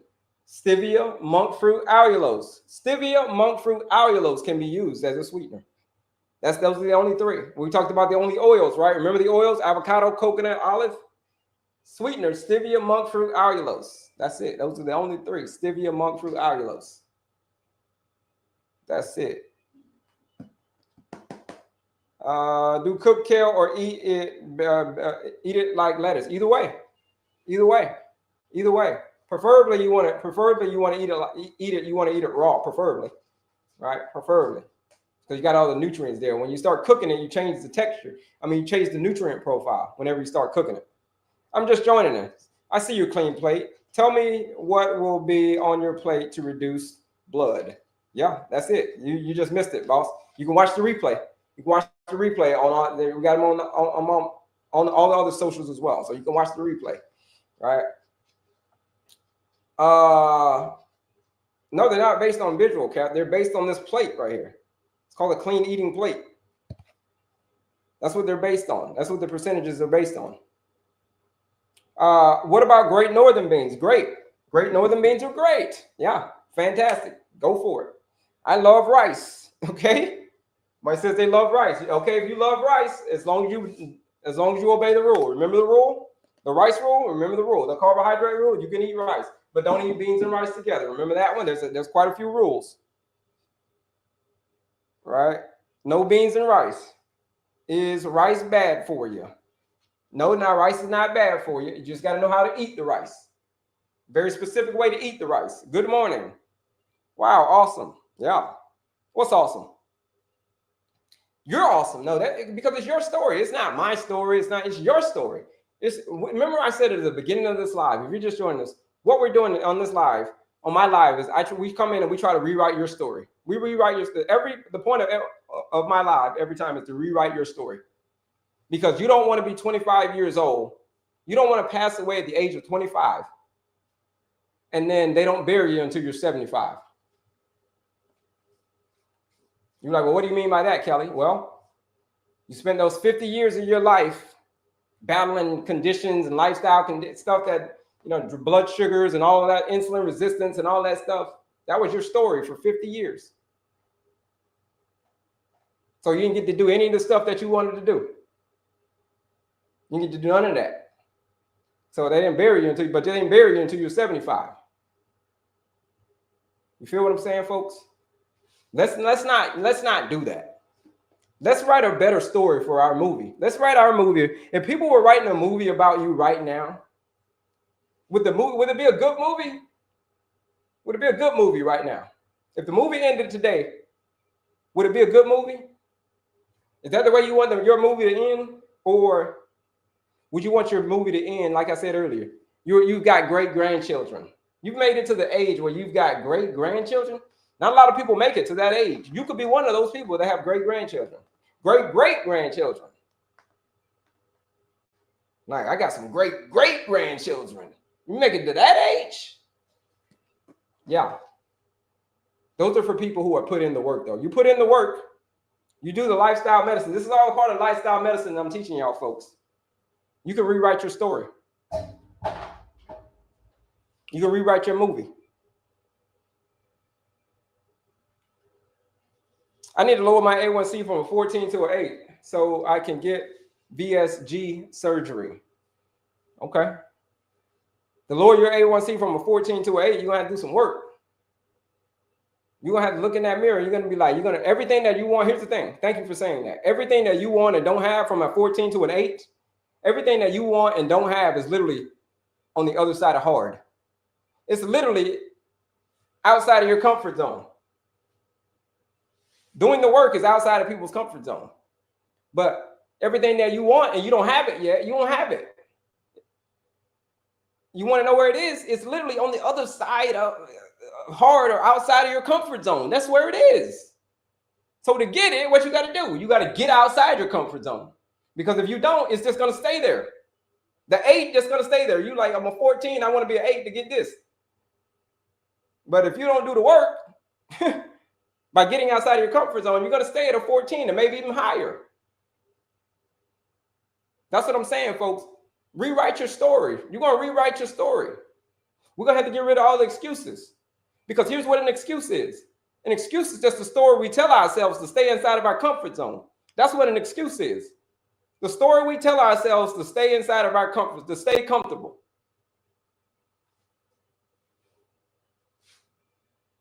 How much fruit how much fruits daily? Only one fruit. How much fruits daily? It doesn't really, you don't really even need the fruit. The fruit are great to have. They're great to have. So it's not a real number. That's bogus. How much fruit that you have. You can have as little as you want as long as you obey the rules right here. Obey the rule. If you're suffering from insulin resistance, I need you to obey these rules. This doesn't go for everybody. I'm talking about people who are suffering from insulin resistance. You gotta obey these rules. You gotta obey these rules. That's it. Eat the fruit in a certain order. It's your veggies. I mean, it's your fiber first. So veggies first, then your proteins and fats. Then you can eat the fruit. Eat the fruit as a dessert. That's how you eat the fruit. 50% of what? 50% of right here, non-starchy veggies, right here. 50% non-starchy veggies. 3 month back time, I had 28. I had a 28.8. Now I have a 7.5. Just cut all the sugar. Yeah, that's it. You were at a 28.8. That is high. If your A1C was at a 28.8, now you're at a 7.5. That's amazing. That's amazing. That means you did the work. You say you had to cut it. You cut out the sugar. You cut the crap out of your life. You cut the sugar. You cut the sugar. That's it. That's amazing. Raw agave, okay? No, it is not. That's just concentrated sugar. Okay? That's even more concentrated than sugar. Here's why. Sugar is 50-50. 50% glucose, 50% fructose. 50-50. But here's what agave is. Agave is 55-45. 55% fructose, meaning the sweet stuff, and 45% glucose. So it's even got more sweet stuff than regular sugar. So that's how powerful agave is. So the answer to that one's going to be no. On the agave. Let me see here.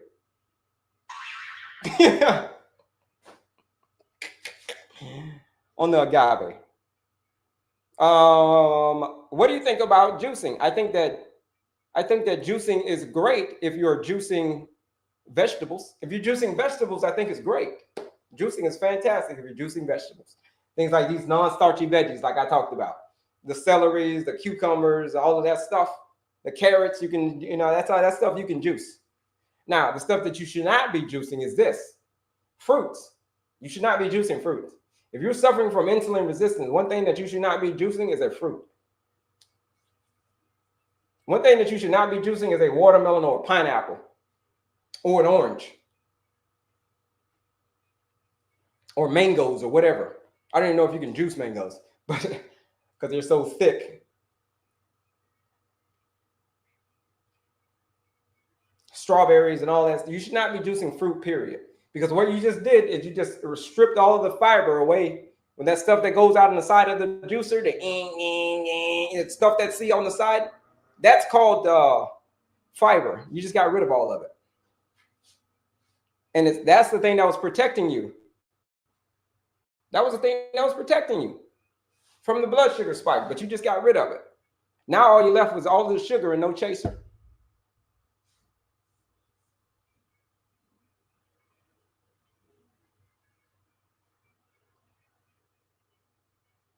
I've already answered the question about the kales. I've asked the question about the kale, boss.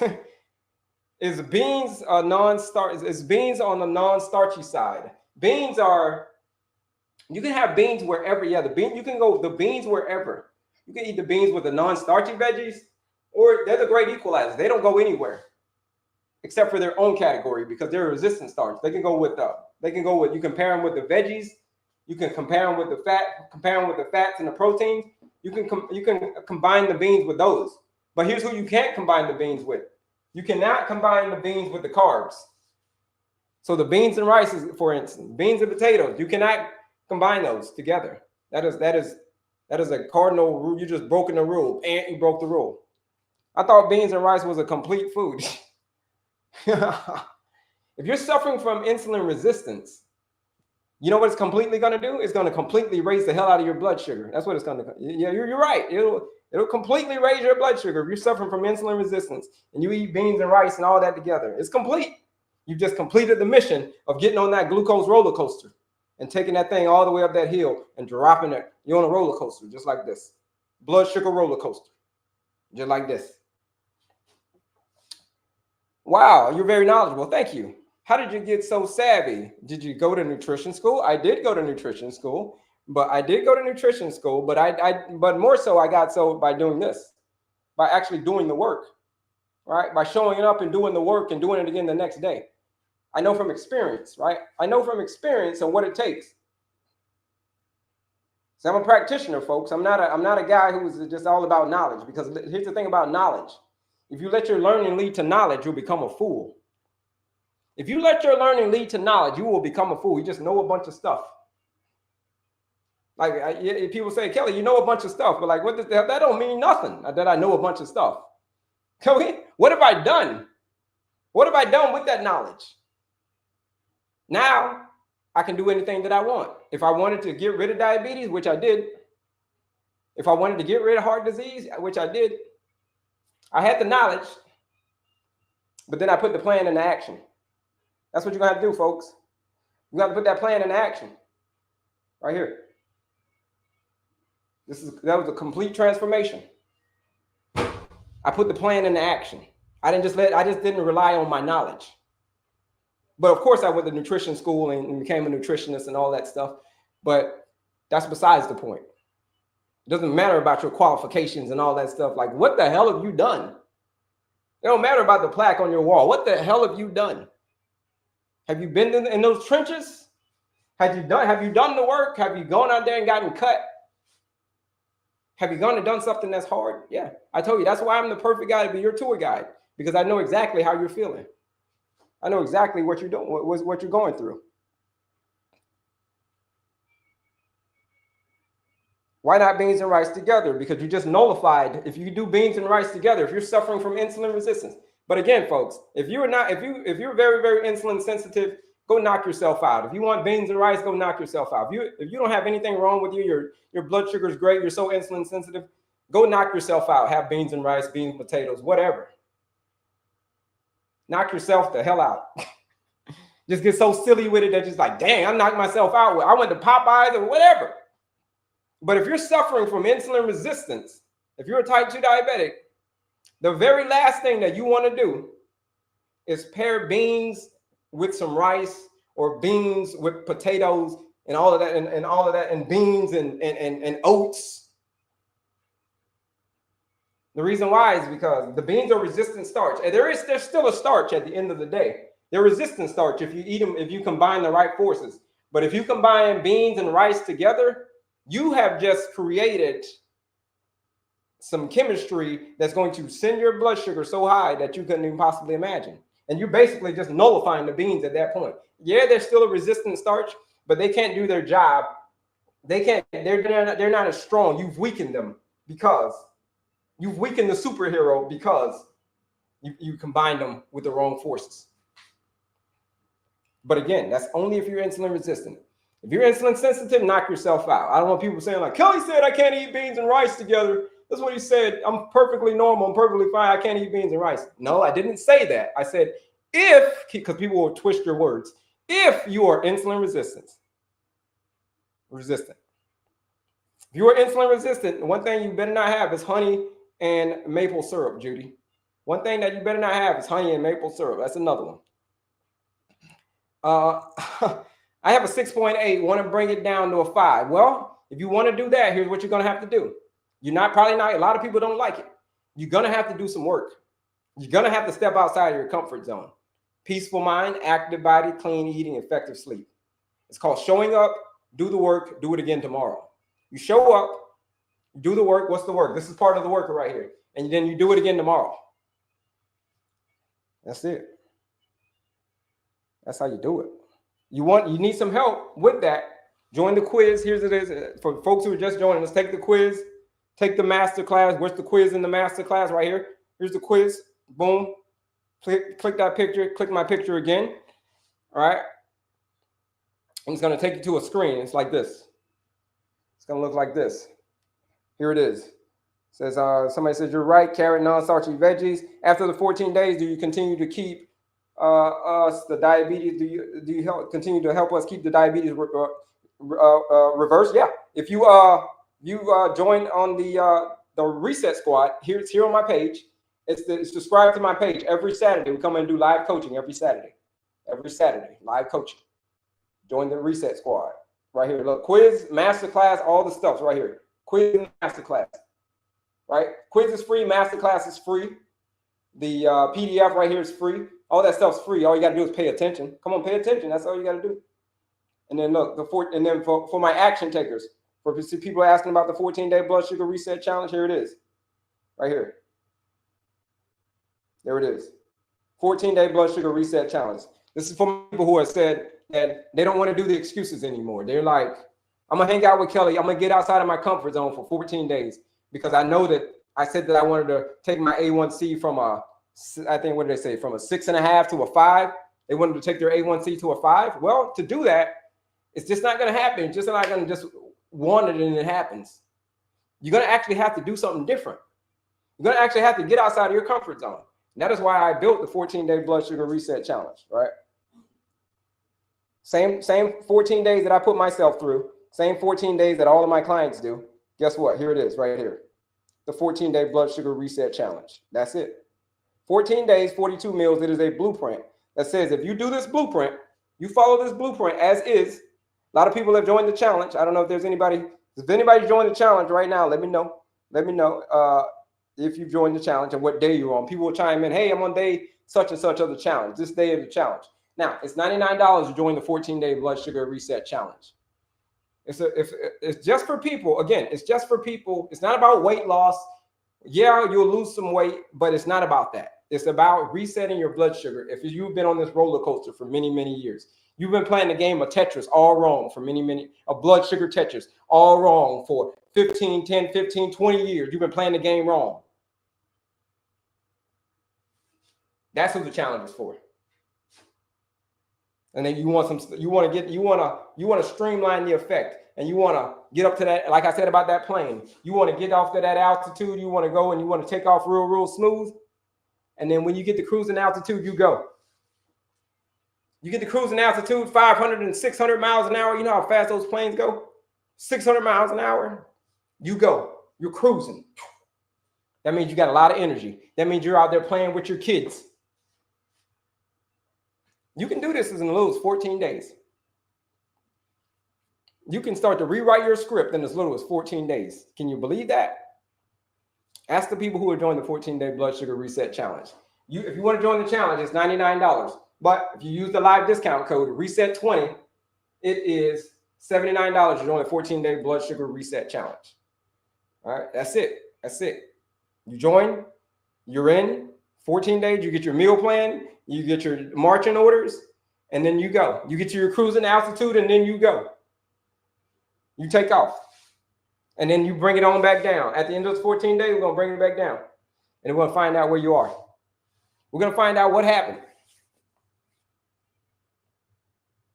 in as little as 14 days. And I guarantee your blood sugar is not going to look the same. You're not going to be the same person that took off as the same person that landed. Your blood sugar is not going to be the same as when it took off as when it landed after 14 days. My A1, that's the live discount code, RESET20. So we're live for another 40 minutes, folks. We're live for another 40 minutes. You want to join the challenge? Perfect time to hit that code, RESET20. My A1C was a 15.7 when I got diagnosed in February. Now it's a 6.9. That's great, man. What did you do, Shanita? Oh, wrong one. Wrong one. I'm going to do this one.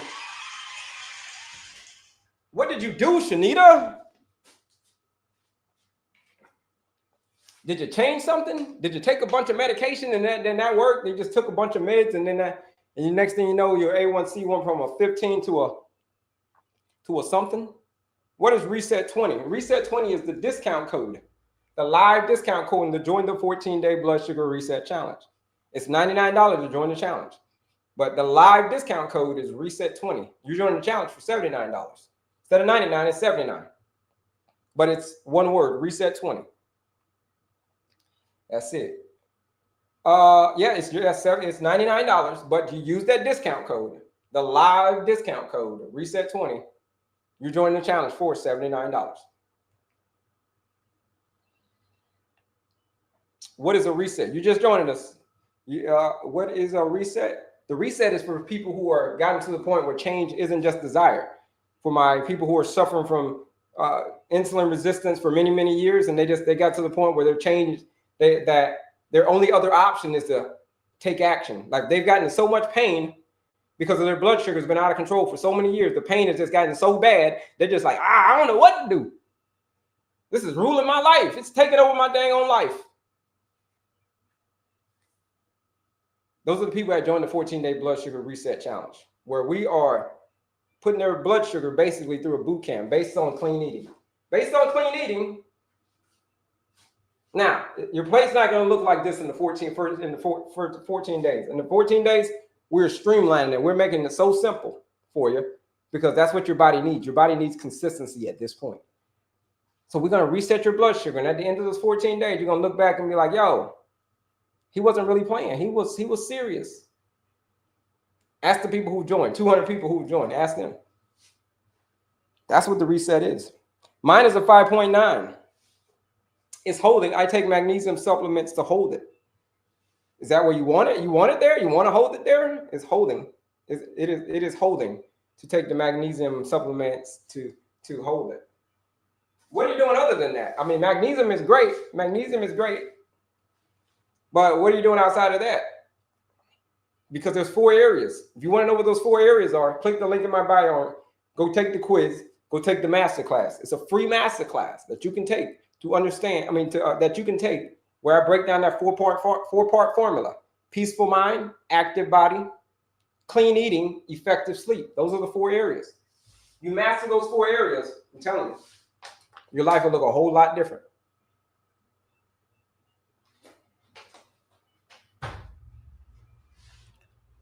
All right, folks. Give me 1 second. I'm gonna go a little to the little boys' room because we got about 40 minutes left. I'm gonna go to the little boys' room and then I'll be back. And then we're gonna talk more about when we come back. We're gonna talk more about what do y'all want to talk about when I come back. Here's the thing. But while I'm doing this, while I'm in the little boys' room, I want y'all to click the link in my bio, register for the quiz, register for the masterclass, all free stuff. Download the PDF, do whatever that is. But join the 14-day blood sugar reset challenge. Book a call. I think my calendar's booked. I don't even think you can book any more calls. I think they're booked. There may be like 1 or 2 slots left. But it's booked. I think there's a couple of slots left. But do something. The point is do something. And I'll be back. And then we're going to talk about, I don't know what we'll talk about when we come back. We'll talk about, oh yeah, I know what we'll talk about. Practical tips. Practical tips on how to practically do this thing in everyday life. Practical tips, right? That's what we'll cover when I come back. All right, give me a second. Practical tips. Where did I put my practical tips? Hold on. But yeah, give me a second, folks. I'll be back. In the meantime, you guys can hang out with my guy, Paul. Paul is a great guy.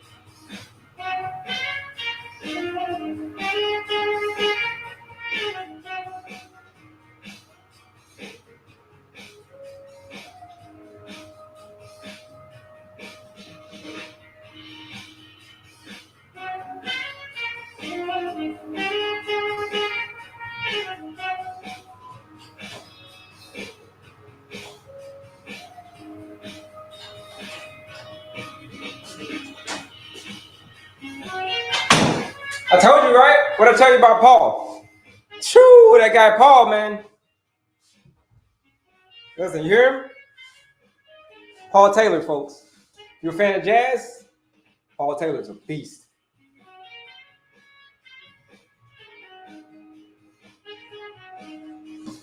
Yeah. All right, folks. Y'all ready for round two? Y'all ready to finish this thing off with some practical tips? Who registered for the quiz? Who registered for the master class? Let's see if anybody took the quiz. See if anybody took the quiz while I was gone. It's a 2-minute quiz, folks. Go take the quiz. Did you register for the master class? Did you join the challenge?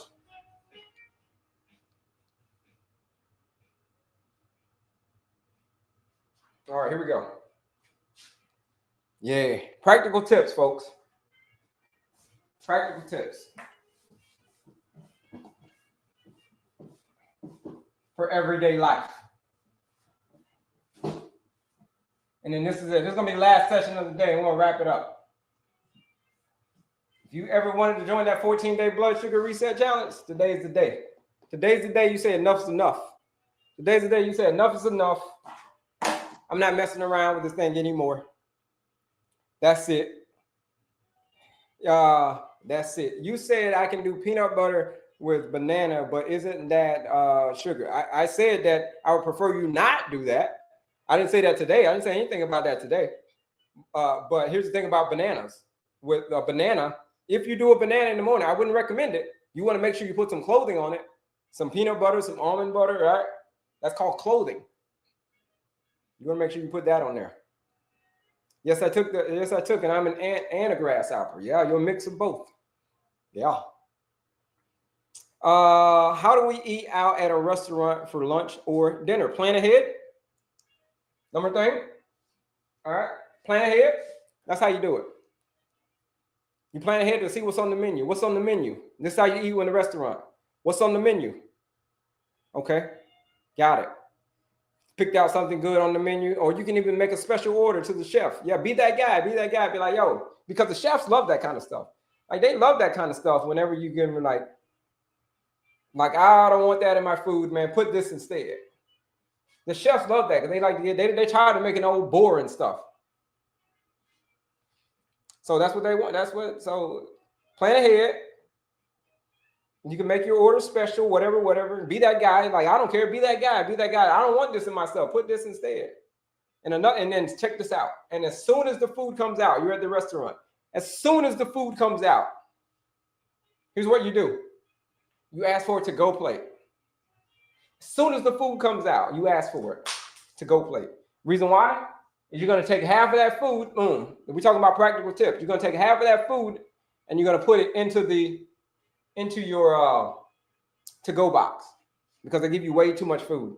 You just eat half of it. That's a rule when you go to the restaurant. Right? If you're ever worried about your weight, if you're worried about whatever, yeah, do that. Let's see. What kind of dairy can we have? I would prefer you not have any dairy. But people are going to do it anyway. So with that being said, here's where you can do it. Greek yogurt,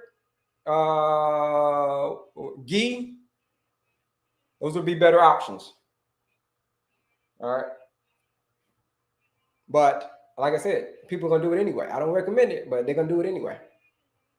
I don't recommend dairy, period. What do we eat what do we eat at a restaurant for lunch and dinner? Yep. What kind of dairy can we have? Yeah. I just booked a consultation with you, looking forward to learning more. Yeah, that's it. That's you probably booked. I think there's one more consultation left. I think that's it. Is cottage cheese okay? Again, I just told you about what I think about dairy. All right. I don't think that I know that it's not the best thing for you. But as far as blood sugar is concerned, you can do cottage cheese. But as far as overall health, it's not great. Okay? Salad dressings, make your own salad dressings. Check this out. I'm going to give y'all some practical tips. Check this out. Watch. These are practical tips that you can add into your life right now for controlling your blood sugar. Check it out. Practical tips. What kind of practical tips? Woo! All right. Practical tip number 1.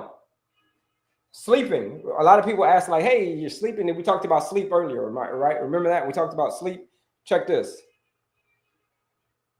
Check this. The question is, somebody asked, how do I feel about oat milk? Oat milk is also a no-go. Oat milk is also a no-go. No oat milk. Number 1 tip when it comes to sleeping, we talked about how all these things, maintaining your pace, peaceful mind, active body, clean eating, effective sleep. How you can start getting better sleep, folks. Here's a practical tip. Better sleep. Better sleep. Watch this.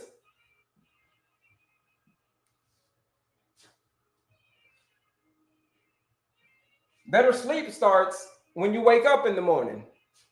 As soon as you wake up, better sleep starts as soon as you wake up. You're like, that's not even until the nighttime, Kelley. How can me waking up and what I do in the morning help me at nighttime? Well, how? That's stupid, Kelley. Well, is it?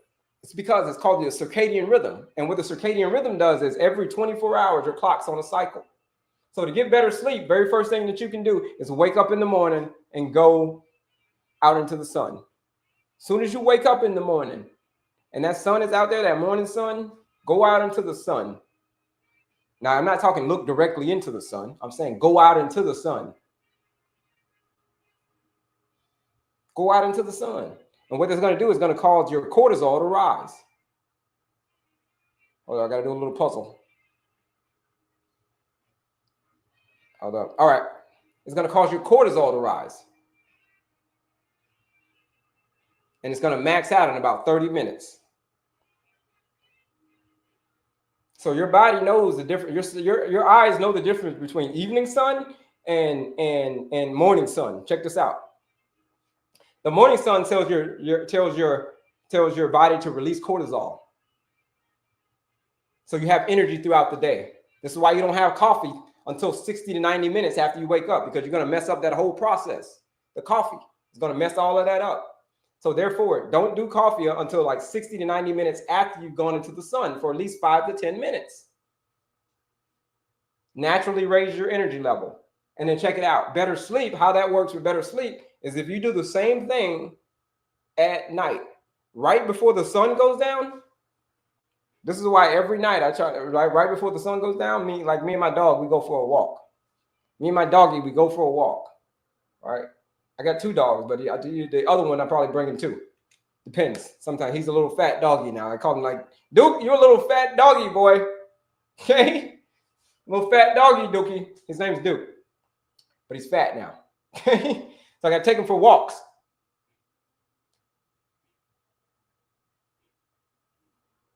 And what that's doing is telling the sun is telling my eyes that the sun is going down. Start releasing melatonin. Start releasing melatonin. You know what melatonin does? That's another hormone that makes you sleepy at night.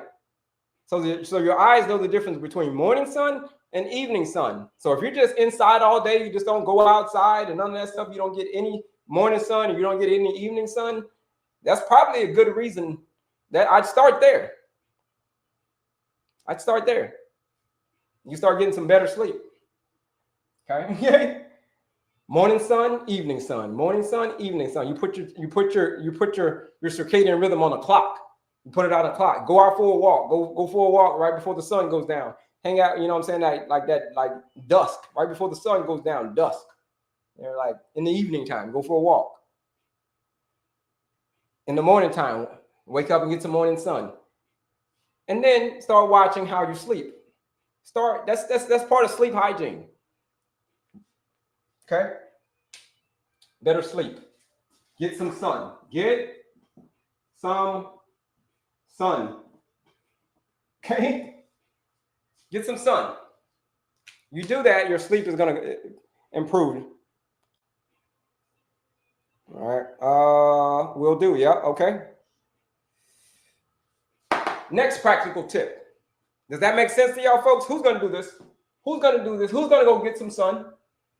Better sun, get some sun. Who's going to go? Better sleep equals getting some sun. Who's going to do that?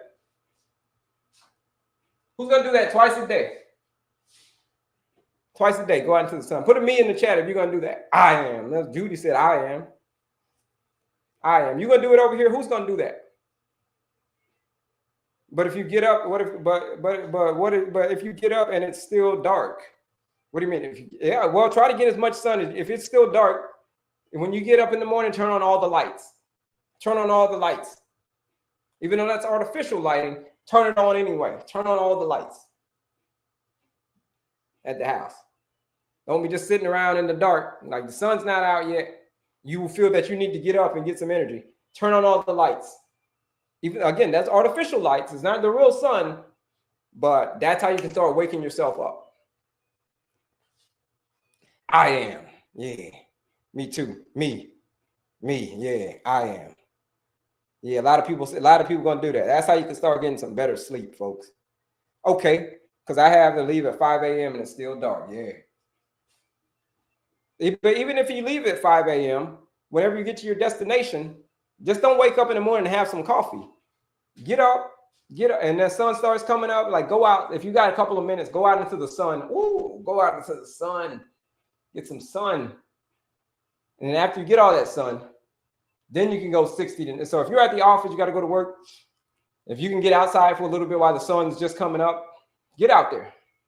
Right? Get out there. Woo! This is stuff to better sleep, folks. This is called sleep hygiene. Sleep hygiene. You can try to skip it. You can try to avoid it, but it's how your body works. It's a circadian rhythm. You can't do anything about having a circadian rhythm. I'm sorry. You can't do anything about it. You can't do anything about your hormones being on the timer. You can't do anything about it. You can try, but you can't do anything about it. Your hormones being on the timer. And cortisol, like I said in the morning time, you get that morning sun, and melatonin in the evening, they work hand in hand based on the sun and the moon. You've got nothing to do with it. You can control it based on how terribly you're sleeping or how much you're staying up and partying and doing whatever and getting 3 or 4 hours of sleep a night. Yeah. Yeah. So that's better sleep, folks. What's the next tip? That's the next tip. Oh, the next tip is, oh yeah, bitter is better. Bitter is better.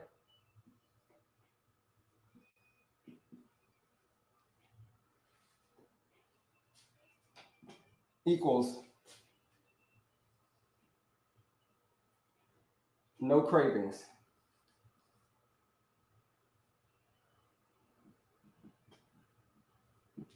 That's what bitter is better means. Bitter is better, and then the other part is sour has power. Bitter is better and sour has power equals no cravings. That's what it means. You're like, well, what the hell does that mean, Kelley? No cravings. Well, no cravings in this sense. No cravings in the sense that if you ever get these sugar cravings, like, man, I got all these sugar cravings, Kelley. I got a lot of sugar cravings. What about this sugar, that sugar, this sugar? I want sugar all day. Can I have sugar? Kelley, can I have some sugar? What about sugar? What about, I ain't giving up my sugar. I always got sugar cravings, Kelley. How do I get rid of these sugar cravings? Well, here's how you do it. Anytime you get a sugar craving, grab something bitter because it's better. Grab something that's sour because it has power, and then your sugar craving will go away. For instance, if you get a sugar craving, and if you go grab something bitter like a lemon or a lime, or maybe you drink some lemon water or lime water or some dark chocolate, you grab some dark chocolate, not milk chocolate, but dark chocolate. Grab yourself some dark chocolate, man.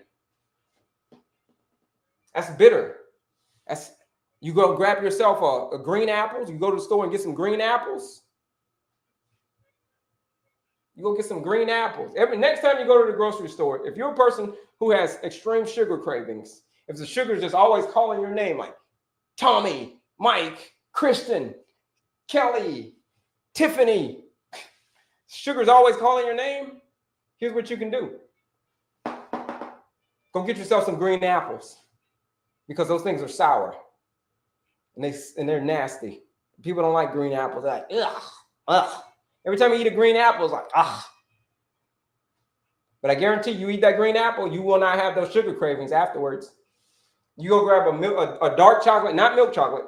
You go grab some dark chocolate, you eat a dark chocolate, and when you got a sugar craving, that sugar craving will go away. It's science, folks. It's chemistry. It's how the body works. Like I told you before, you've got no control over the stuff that I'm naming. I'm telling y'all, you've got no control over it. It's how your body works. Your body works with a circadian rhythm, right? Whenever you do something bitter, that sends a different signal to your saliva, which sends a different signal to your digestive system. It's how it works, folks. It's how your body works. Like, there's nothing that I can do about it. There's nothing that you can do about it, except for get in line with how your body works. That's all you can do. If you want to rewrite your story, all you can do is get in line with how your body works. And it works with the sun, and it works with how you control cravings. Here's another thing, right? Is that making sense? Hope that's making sense to y'all, folks. Check it out. Let me give you another one. Let me see. Moving your body, like we talked about that earlier. Moving your body. All right. Sugar spikes. Moving your body. Let me see. You want to know how to soak up that blood sugar? You want to know how to soak up that? These are practical tips, right? Let me see. Better blood sugar control. Blood sugar. Let's see. I'm gonna call this blood sugar balance. How do you help with your blood sugar balance? Here's what you can do. Movement. Activity. Movement.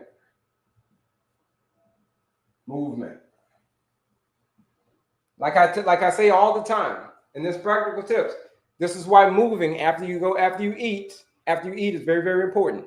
The reason it's so important is because your body loves glucose. Your cells love glucose. Your muscles, they love it. They love it. So whenever you're hitting the weights, whenever you're in the gym, like getting swollen in the gym, here's what's going to happen. You're getting swollen in the gym. Your muscles are getting bigger and stronger. So as a result, your muscles can soak up more glucose over time. After you eat a meal, go for a walk. It can be something as simple as you're sitting at your desk. If you're at the office and you're sitting at your desk, you can just be doing like little calf raises at the desk. Now, what you just did, what you're doing is you're activating your soleus muscle. It's called the soleus muscle. You're activating it. Basically, just like walking. It's called the soleus muscle. So that's why walking is so powerful. And moving your legs and all that stuff is because it's going to soak up all of that stuff. It's going to soak up all of that excess glucose. So you can go it doesn't even have to be a walk. You can go get one of those squeegee balls, the squeegee balls where you squeeze after you eat something and you want you keep your muscles fed because your muscles are hungry. Use a ball. Those balls are like those things that you squeeze. You squeeze those things. And then afterwards, your forearms are all tired. Like, God, my forearms, they hurt. Yeah, use some of those.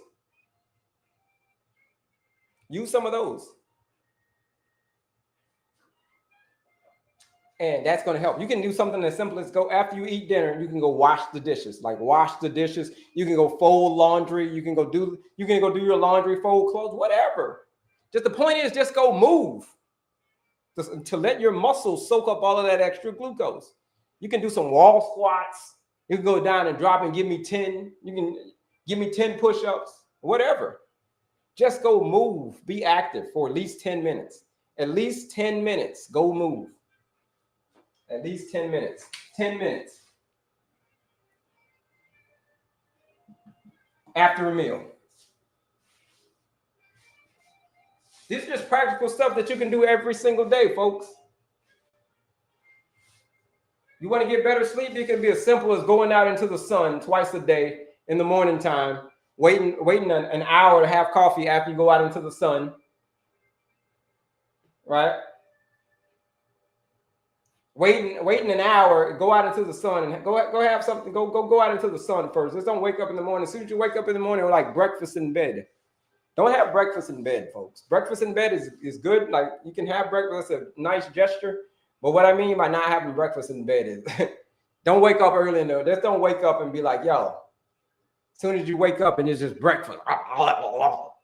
You ain't had went out into the sun or nothing. Go out into the sun first, man. Get that natural energy. Let that cortisol kick in naturally. Let your body go through its natural processes. You do that, man. Whoo! Talking about feeling better, you're talking about sleeping better. All this stuff adds up day after day after day. See, this is sleep hygiene. This is some of the stuff I teach y'all in this masterclass. Go register for the masterclass, folks. If you have not registered for this masterclass, man, you're in for a treat. Especially when it comes to how to manage your stress. Especially when it comes to how to manage your activities. And then your clean eating. We talked about clean eating, right?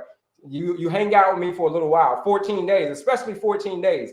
That 14-day blood sugar reset challenge, I'm going to teach you how to eat a whole lot better. I'm going to teach you how to streamline that effect. I'm going to teach you how to, if you've gotten to the point where you're tired of taking the blue pill, remember the blue pill and the red pill from the Matrix? Because we know where that story ends. We know that if we just eat and eat and eat and keep on going the same way we're doing and not change anything and nothing is going to change, we know that. We know where that story ends, don't we? We know where that story ends, folks.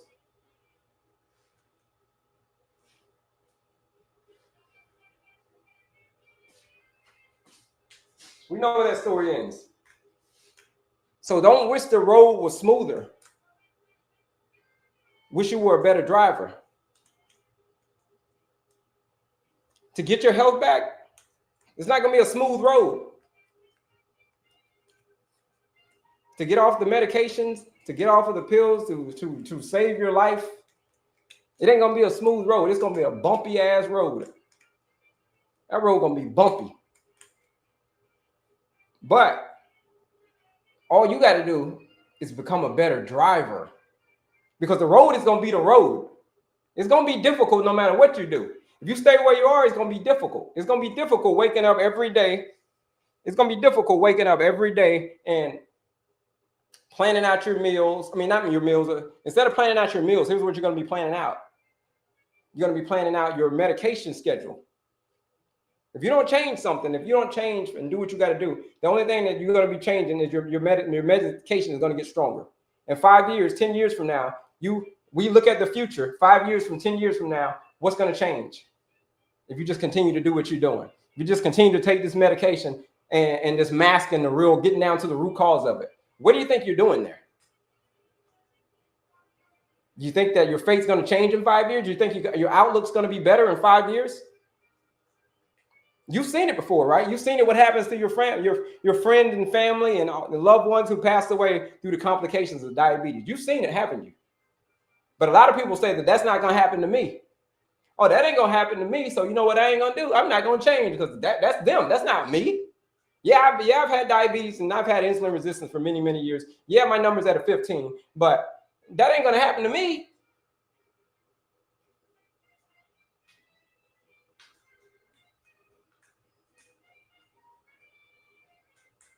Same thing I thought, okay? Same thing I thought, okay? Look. Check it out. This guy right here said, that ain't going to happen to me. I'm going to show you on this one right here. He said, that ain't going to happen to me. That's what he said. This is the grasshopper mentality.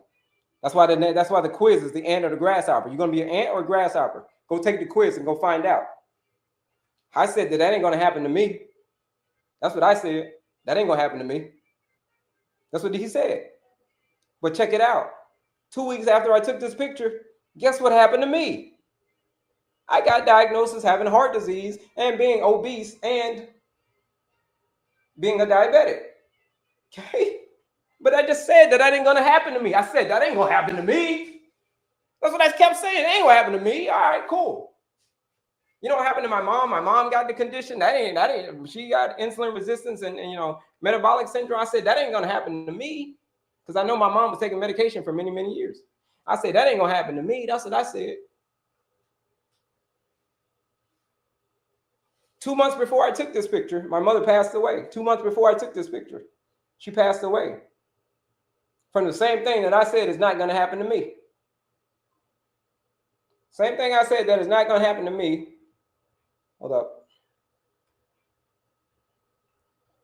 Same thing I said is not going to happen to me happened to me. My mother passed away from it. I go to the doctor 2 weeks after that picture. 2 weeks after that picture, I go to the diagnosis. I go to the doctors. But I was always saying it ain't going to happen to me. And then I go to the doctor and I get diagnosed with diabetes, having heart disease, and being obese at the very same doctor's visit, nonetheless. Nonetheless, I get at the same doctor's visit. The triple whammy, it's like the hat trick. If you've ever watched hockey, and they score the goals, but if they score a goal, if they score 3 goals in one game, people are going to throw their hats down on the floor, on the ice, and they're going to celebrate you. We're in America, but I used to go to Canada a lot, so I know how they do in Canada. And a hat trick, whoo! They love hockey in Canada. Hat tricks everywhere.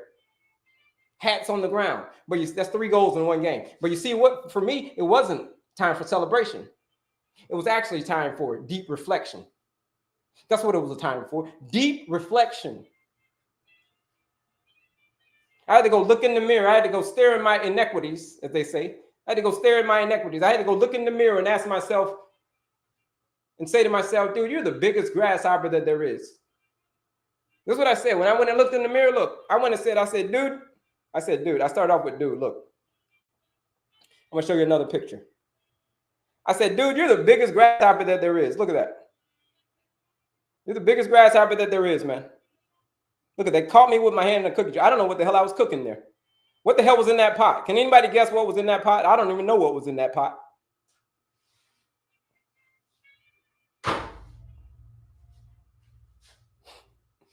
If you got to that point, folks, where your change isn't just desired, it's downright necessary. If you're ready to take the red pill and to get out of the matrix, you can either get it to now. It's a choice right now. You can either stay in the matrix and just be oblivious to think that, like, oh yeah, I can just take meds and I'll be good, right? You can stay there in the matrix, or you can get out of. You can go take the red pill, and you can get yourself out of the matrix, and you can go write yourself a new movie. You can go. The sequel will be better. Your sequel will be better than the original. You remember the original? You're living the original right now. But you can actually tear up that script. You can have a midlife crisis, just like I did. I had a midlife crisis, and I decided to tear up at the age of 42 years old. I had a midlife crisis. I decided to tear up that script, my old script, those whole stories I've been telling myself, like, oh, this ain't gonna happen to me, blah, blah, blah. I tore up that script, and as a result, I had those people go pick up all those damn hats off of that damn ice. Like, go pick up all of those hats. We ain't doing no hat trick around here. We're not going out like that. So as a result, I went to work. No more diabetes, no more heart disease, no more obesity as I stand here today. And for everybody who says, oh, it's hereditary. Yeah, it's hereditary. I told you my mom passed away 2 months prior from the same condition I got diagnosed with. Yeah, it's hereditary. But what's greater than hereditary is your lifestyle. Why do I not have diabetes anymore? Why do I not have heart disease anymore? Why am I no longer obese anymore? Can you explain that to me? I really want to know. Why? Was it because of my genes?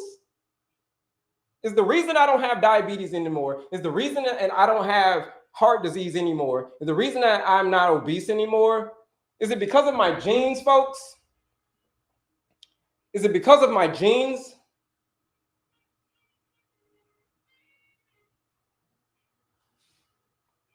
Is that hereditary? Is reversing all that stuff, is that hereditary? Is it? No. You want to know what's hereditary? Is your lifestyles. The lifestyle that you live. If you still live the same lifestyle that your family members did, and that condition runs in your family, yeah, you will get the condition too, most likely. You will get that condition. If you live the same lifestyle as your family and your parents and your brothers and sisters and aunts and all that stuff, you live the same lifestyle that they did, eat the same food, go out and drink coffee or whatever, and then not worry about circadian rhythms and get poor sleep and all that stuff and party and all that stuff or whatever, drink alcohol, whatever. You live the same lifestyle that they did, you're going to get the same conditions that they got, that they have. But on the other hand, if you flip the script, change your lifestyle, whoo! You're talking about a sequel. The world has never seen a sequel like the sequel that's going to be your sequel. The part 2 of your life, the world has never seen a sequel like that. Your comeback story, you're the author of your own comeback story. You are.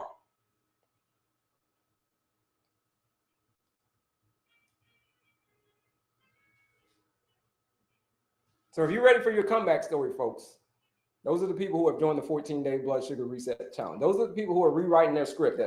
There's someone who's 80 years old. She's 80 years old. She joined the 14-day blood sugar reset challenge at the age of 80.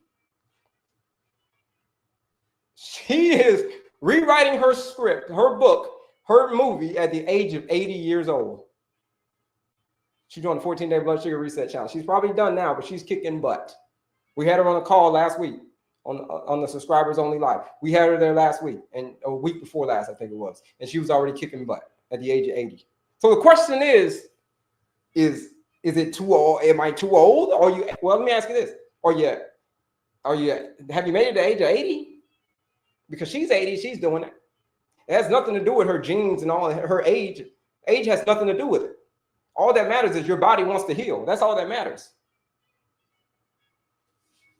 Right? Does my program work for everyone? No, it doesn't. It works. Here's who my program works for. And I'm going to keep it real with you. It doesn't work for everybody. It only works for people who are struggling with if their blood sugar is way out of whack, if their blood sugar has been out of whack for many years, and they have a high A1C and their blood sugar is so high and it's unstable. They got the highs, the lows, and all that stuff.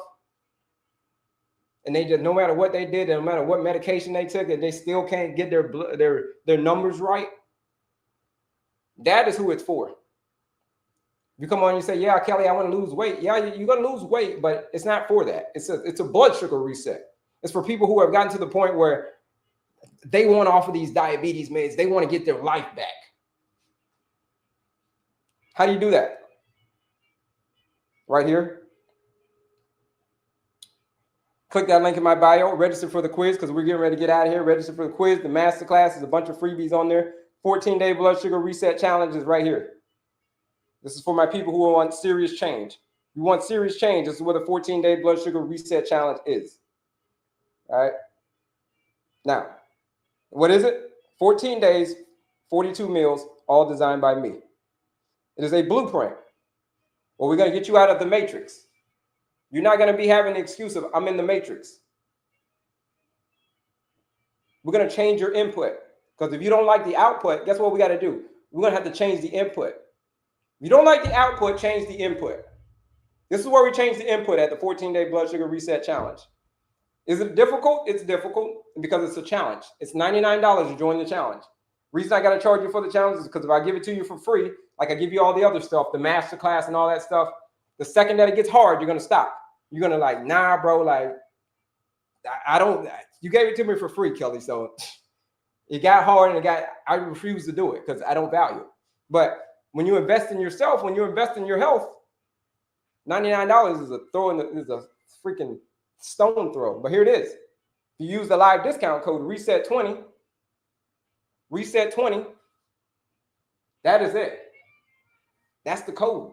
You're joining the challenge for not $99. You are joining the challenge. The live discount code today for $79. You are joining the 14-day blood sugar reset challenge. All right. That's it. That's it. That's what I got to offer y'all, folks. I got to offer y'all this link in my bio is everything that you ever want. If you're suffering from high blood sugar, you've been suffering that and you've been that way for many, many years. This link in my bio, it has everything that you need to get started. Everything that you ever needed to know is right here in this link. All you got to do is go in and click it and do the work. That's it. Like I said earlier, don't wish it was easier, wish you were better. Don't wish it was easier, wish you were better. You got to have enough reasons.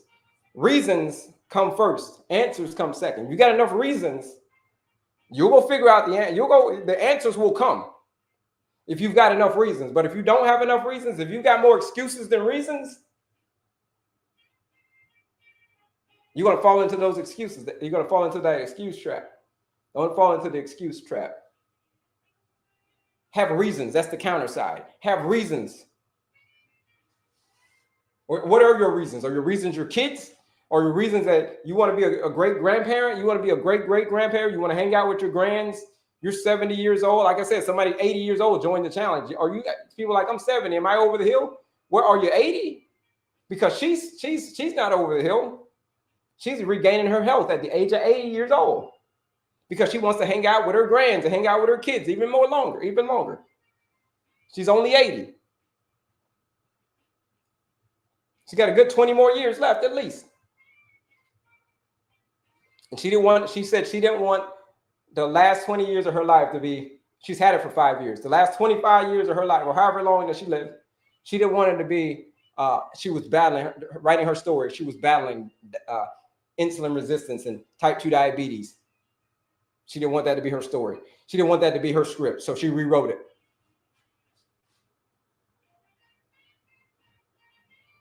Let's see, hold on. I think we froze. Hold on, I think we froze. That's it, folks.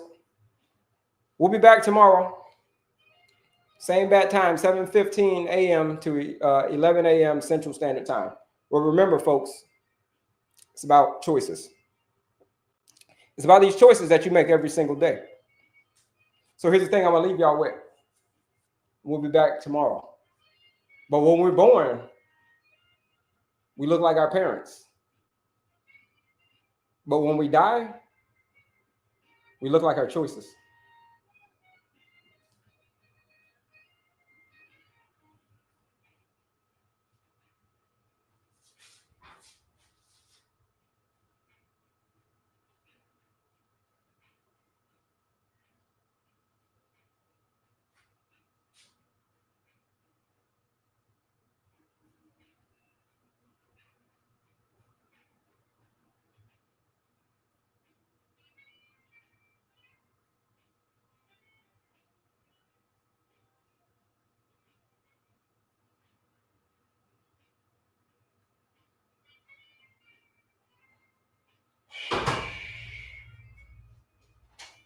Hey, info. Oh, shoot, I forgot over here.